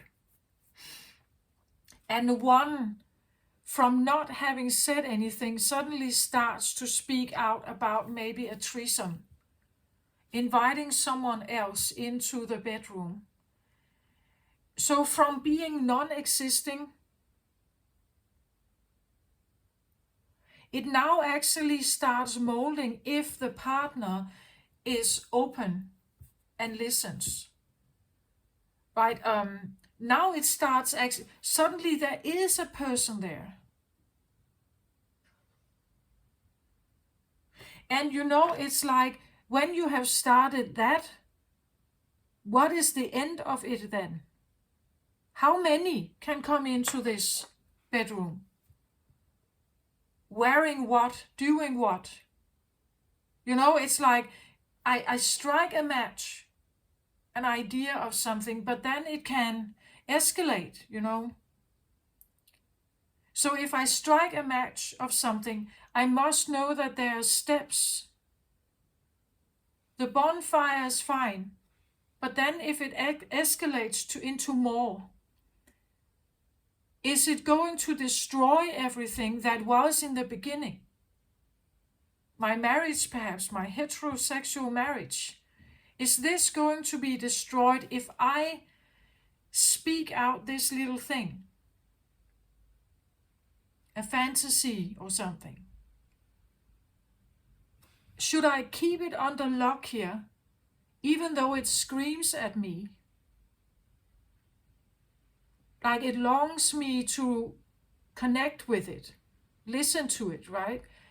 But if I open the door and speak it, now it becomes something else. And if my partner doesn't like the idea, I can't, it can't, it's like I have voiced it, I've said it. They may totally, deny the idea, say no to it, but they have heard it. They have heard it. And this can create something. Maybe they now turn mistrusting. Maybe they are second guessing whether you would, because they say no to this, that you would go and have an affair. Maybe they will worry now. But if I never speak it, they will probably not worry then. You see, that's the difference. Like when you haven't said it, or you haven't You haven't written the letter or the email, right? You haven't written it. You haven't made a drawing of it. You haven't. It's still just under lock here. Then it is not manifested yet. The dream or the breaching here, it has not yet been done. With me voicing this, I may be the breacher, right? I may be the one that breaches into a realm. But this cannot be done prematurely. I think that timing is everything for this. It has to be the right time. It can't hatch before this. Like the spoken words of this or the story of this cannot be hatched before its time. If this keeps screaming at you or nagging at you or calling you, or you feel the longing of something, or you feel that an incompleteness of something here, it will keep asking you to hatch it. Whatever it is. I talked about gender here, I talk about sexuality, I talk about how this could feel like this uncontrollable inferno. Like if I let this out, it could be the feeling of opening Pandora's box. Because I will be faced with, maybe the fun of it, but I will also be faced with the consequences. That's why I felt like Halloween in the beginning. If I open the door and I get monsters, right? Maybe I wouldn't have opened the door, like I would have let the door been shut. So what am I opening my door to here exactly?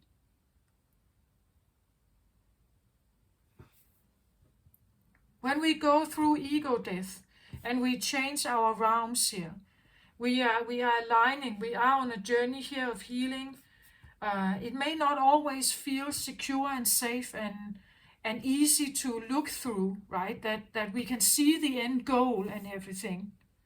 That everything is like this open and lightened path where you can see that the next step you make is the right one. Sometimes we can't see that.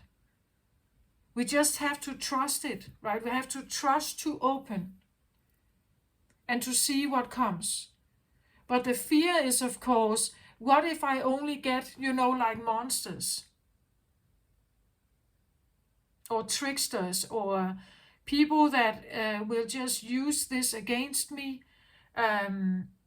What if I'm breaching into a realm where it will actually leave me, eventually it will leave me miserable?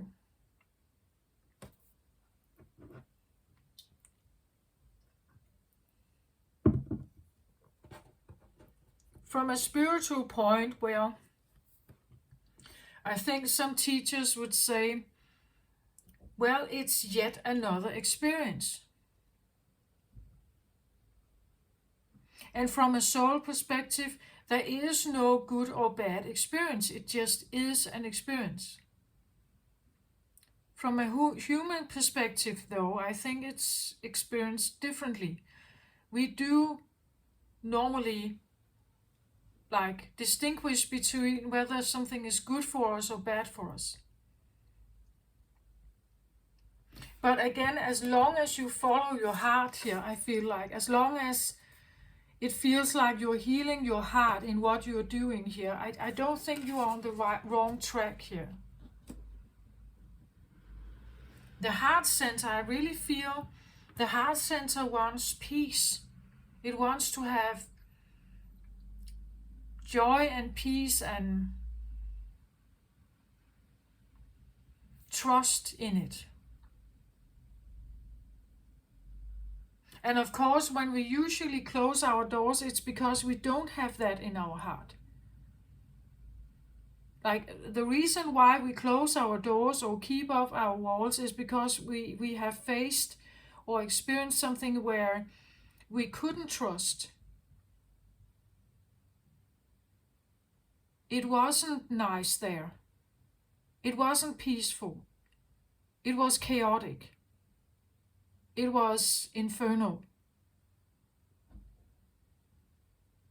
It was tumultuous.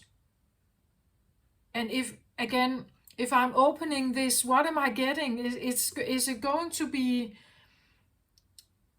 like healing for me to go on this route, or is it going to unleash this was the card I took about the scream, right?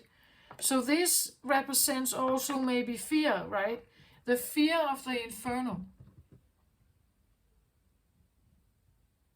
The fear of the explosion, right? The fear of the meltdown. The fear of burnout, maybe. The fear that,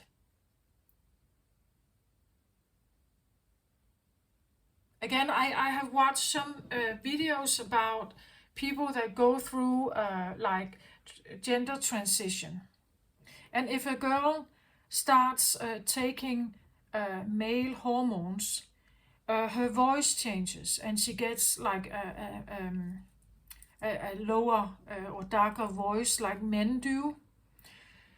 But I've also looked at videos where they actually regret it and they want to change back into a female state again. But when the voice has lowered, when the voice has become masculine, it can't just go back. So she can live like a woman, dress like a woman, but her voice will sound like a man. So when you strike the match and you start something, you need to know that there are certain steps, and sometimes you can't go back. Like then you would have that here. You would have this chaotic thing, right? That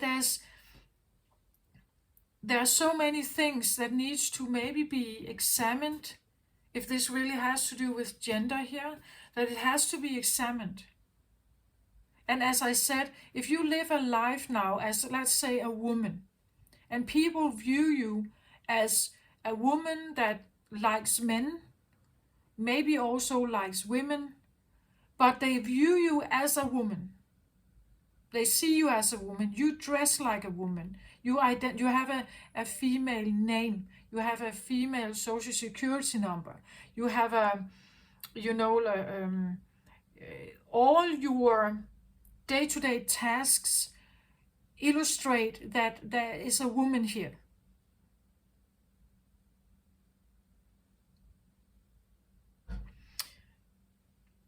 So if you want to change that, like the world will probably react to it. Right? They will probably react to it. At least you will yourself react to it.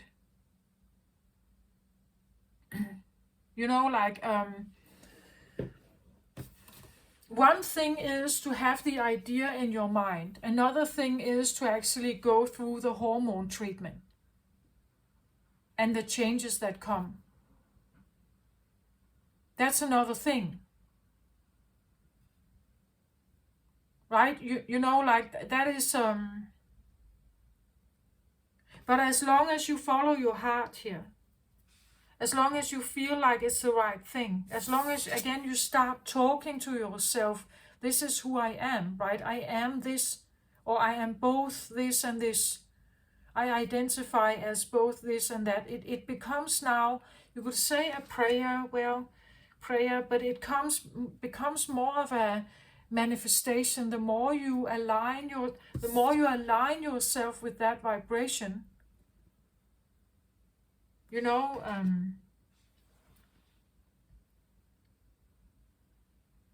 and you feel into it,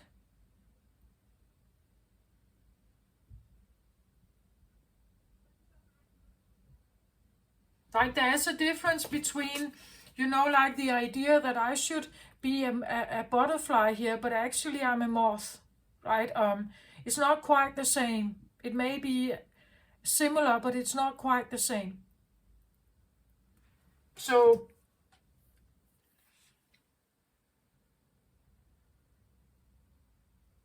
you know, here she is fully clothed as a woman. Here, when I look at, and well, this character looks as a woman, but the head area here doesn't really, for me. It looks more like a man, a male face. In the beginning, I saw this as a as a as a woman, but it feels almost like there's beard here, and you know, it could be, you know, and again, this is nighttime, this is daytime. It could be, you know, you are a woman at work here, and here you are a drag, like a drag queen, or I don't know if they are drag men, but you know, something like that. Like you, at nighttime, or when you are alone or in secret or something, it's like you connect with being something else. You know, people can have all kinds of, I've seen these videos where people, they go to plastic surgery to get horns because they identify as some kind of alien. They change their eye shape. They get a, you know, like a split tongue. They sharpen their teeth to look more animal-like. They get prosthetics like in the chin area and nose area and things like that to change their facial structure into being I don't know, more reptile-like or something like that. I can't say that whether it's good or bad. I just see that some people do that because they start identifying. They feel it, like in their heart space here. They feel this is more me than being the young man Tommy. I have no relationship with my identity as Tommy. Right? But I have more identity. I feel more wholehearted that I'm Mukta from the planet whatever in the cosmic realm. And I have this appearance. I have a tail, I have wings, or that is me, right? Does that make sense? Like, if not gender roles here, it could be something about like, in secret here, I am, as I said, a drag queen, or I like dressing up in certain costumes. I like being Dracula, or I like the idea of, as I just said, being some kind of reptile human. Or if you just look at the Star Wars film, like some of the humanoid characters were, well, they had arms and legs, but their face was different, right? They came from some other galaxy or something. They talked different. There was another language, right? It could be something like that. But it's also this realization when I actually start talking about this, I feel the longing more and more. I can hear how this is me, right? I can hear that this is really who I am. Like I can hear how my heart is calling for this transformation here.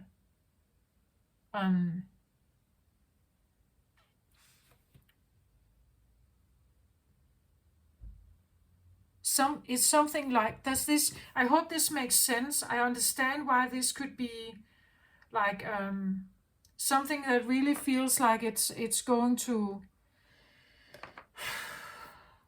well, it can create an external inferno, but it can definitely also create an internal one, like in you, right? Because suddenly you have to go through all the feelings of not of having been the boy Tommy,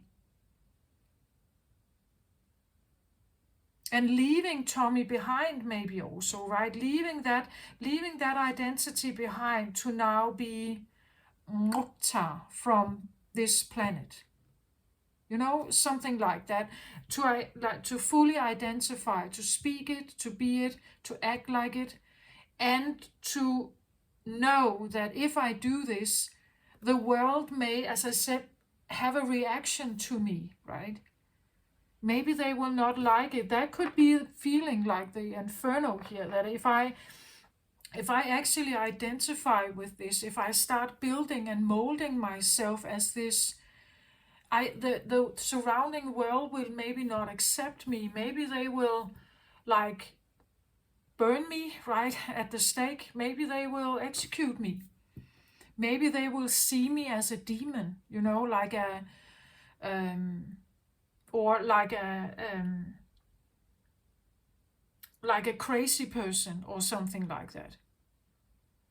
It's something like that I get here on the table.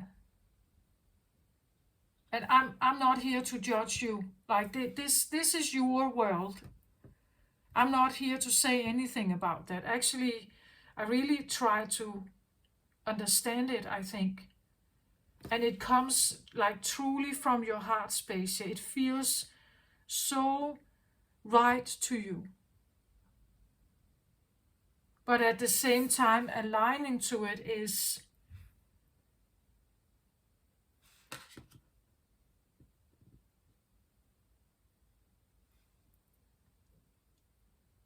another story, I think. Like I feel like you want to do that. It is definitely in your awareness, it's the center card, so maybe you are taking certain steps here towards something. Or you want to, again, I feel like the door opens when it opens. You shouldn't force yourself to do anything. Nobody should force you. You shouldn't force yourself. This is something that has to just develop when it feels right. Again, look at him, like he or her here, like it's such a peaceful, aligned picture for me, with the hearts crossed over the heart space here, that really feeling into it and feeling now is time, right? Now is the time to make this change in my life. And again, this change is just like my illustration of this and how it comes forth for me. Maybe it's not quite like that for you, but my illustrations maybe of the problems or the reactions to something, and you feel like it could be like an inferno here, that something would literally blow up in your face if you let this out. Everything you have identified as disappears, right? The boy Tommy, as I said, the boy Tommy disappears if you become Mukta, right? Then you have a different name, you have a different shape, you dress differently, you walk differently, you behave differently, you speak differently. You are, you can mold a new identity with the things you speak here. Whether it's good or bad, I don't know. I think it is probably bad for you if you do it prematurely. Like there is a sense of, you could say, solidness, that you have to prepare yourself, maybe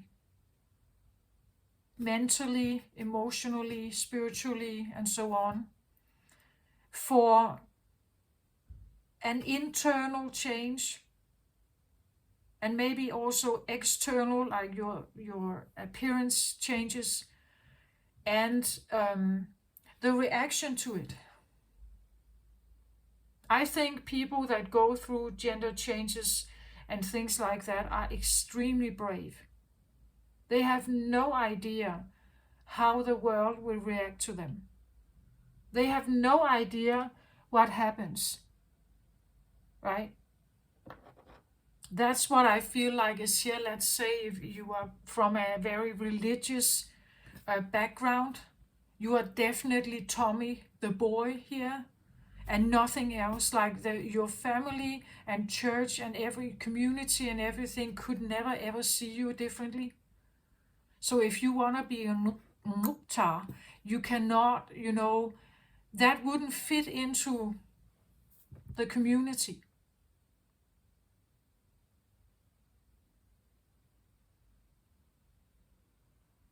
Some live like Disney princesses wearing pink all day. Some make incredible makeup every morning to look like what I would say like an alien being. Some do that every single day because that feels right for them. That is true in their heart. So much so that they can't not do it. Like to be Louisa again is like a lie. Like it feels like a lie. It feels like a self-betrayal, and that's exactly the opposite of self-love, right? The self-love would be like a true expression of who you are.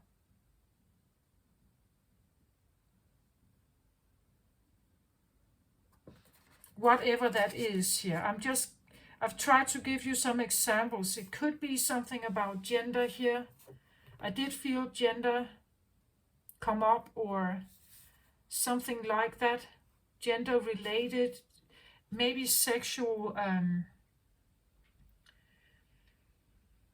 but it also tells me something about willpower, right? That for now it seems like the willpower you have is the woman here, or at least what I would call cisgender, one gender, like male or female.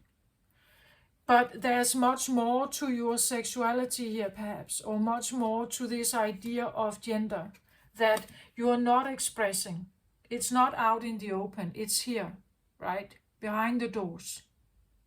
I don't think you should let it out unless before you're ready. Like really, like make the, this is not a spontaneous thing to do, I think, for you. There are many emotions related to this, also many prejudices, maybe. I think the therapist for this is extremely important that you find the right one who understands. Um, there's something about community, maybe. So something like going through, like exploring, exploring what it is to be who you are now and what it would be to be this other identity.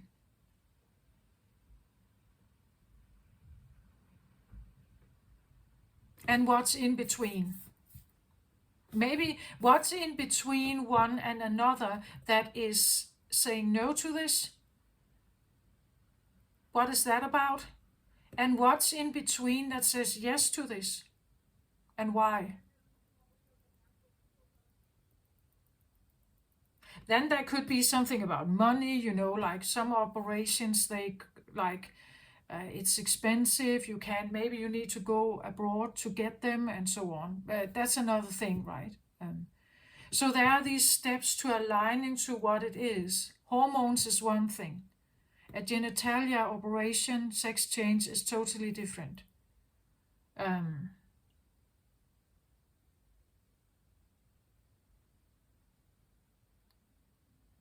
yeah,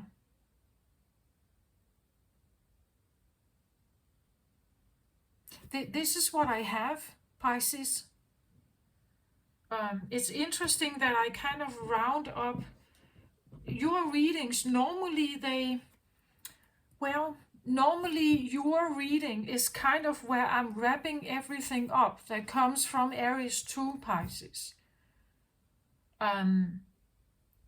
It's like I wrap up something. In this round of readings, I feel like whenever you start speaking about something, you create, right? That no matter what it is, you speak a lie, you manipulate, you create something. When you speak it, or you draw it, you sing it, you dress like it, or something.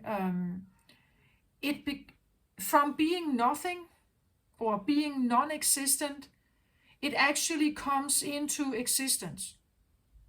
So whatever you're thinking or speaking here is important, because you can literally think it or speak it into creation.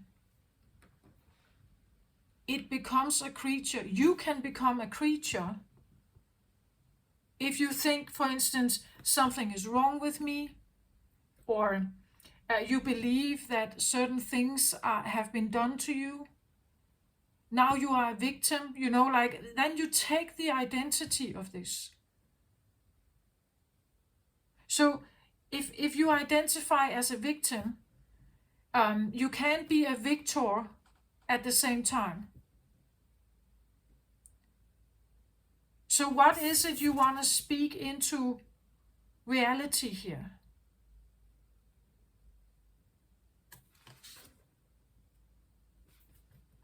And be aware of what you are speaking into reality, what you're thinking about yourself.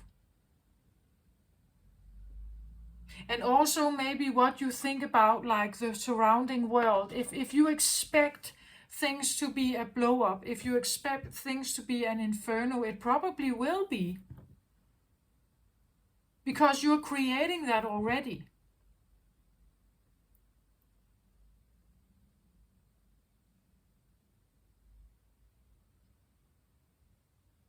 That's also why for now the doors are closed, because this inferno here is not allowing you to open it yet, prematurely. It's like, as long as there's this thing going on here, it's like, it's not safe for me. I can't do this. It's a turmoil. So I'm not doing it. Or I'm not speaking it. I'm not saying it. I don't want to think it.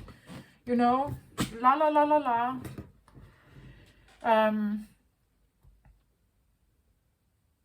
But eventually I feel like it will come, or it's on its way.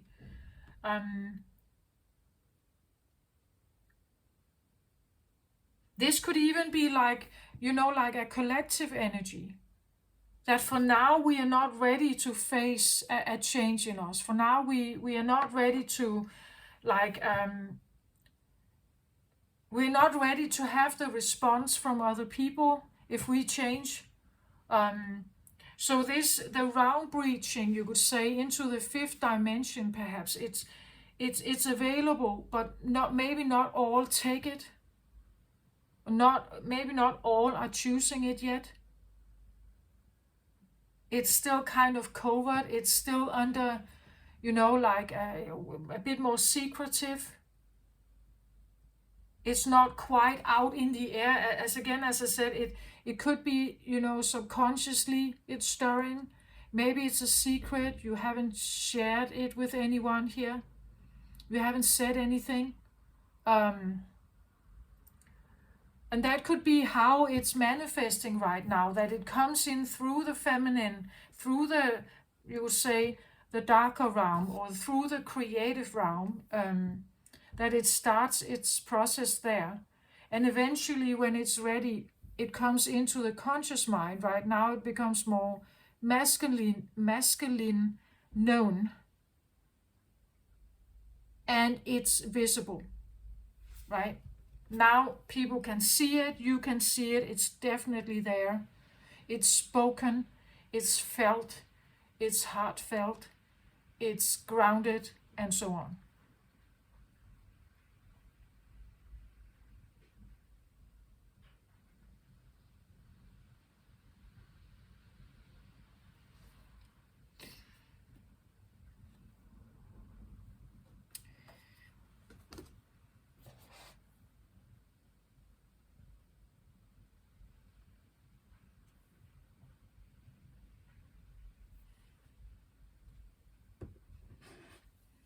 One more can I say here?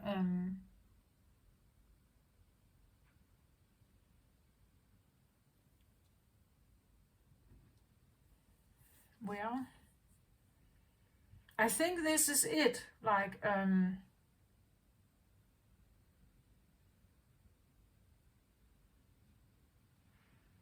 don't feel I have like the scream here feels actually like the biggest obstacle, because these cards actually they're not bad cards. Like Round Breacher, Healing the Heart, Alignment, Journey, Soul Retrieval, like calling things back that are really you, in alignment with you here. Speak it into being. The Star here. This is the like the North Node. This is your home. This is where you come from. This is the your origin. Your stardust origin here. And the Queen of Wands is decisive, is capable, is confident, is also able to actually get something done here. She is capable. She is a queen here. She knows how to yield this fire. She can take action, as I said. She does take action in tarot. Like she is fierce. She is a doer. Like she can take that action, take the steps. But again, I feel like, yes, this is all becoming available when the time is right.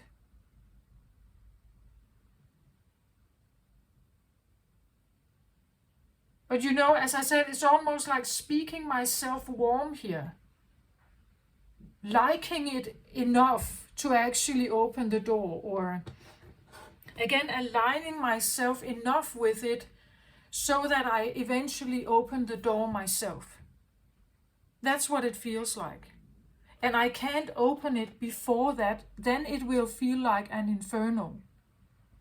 It will feel like I'm actually abusing myself, or I'm calling upon the devils towards me, or as I said, open the door to all the Halloween monsters, right? Then you're not ready to deal with it. You know, that's what I feel like. Okay, I hope this helped somehow, Pisces. I'm actually glad that I came to the point where I could turn the cards. For a moment, I was not feeling well about it, actually. But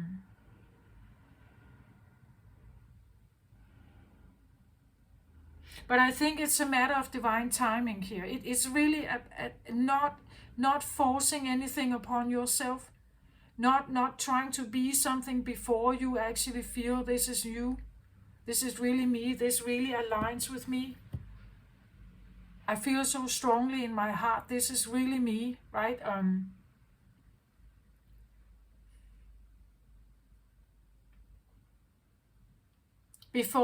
Because if you do it too soon,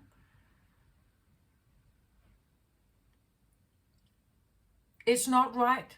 It's like,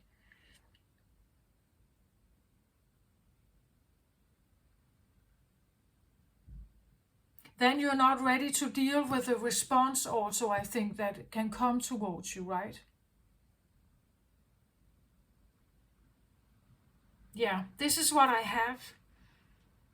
I hope this helps somehow. Take care of yourself, Pisces. As always, I send you peace, love, and light. Bye-bye.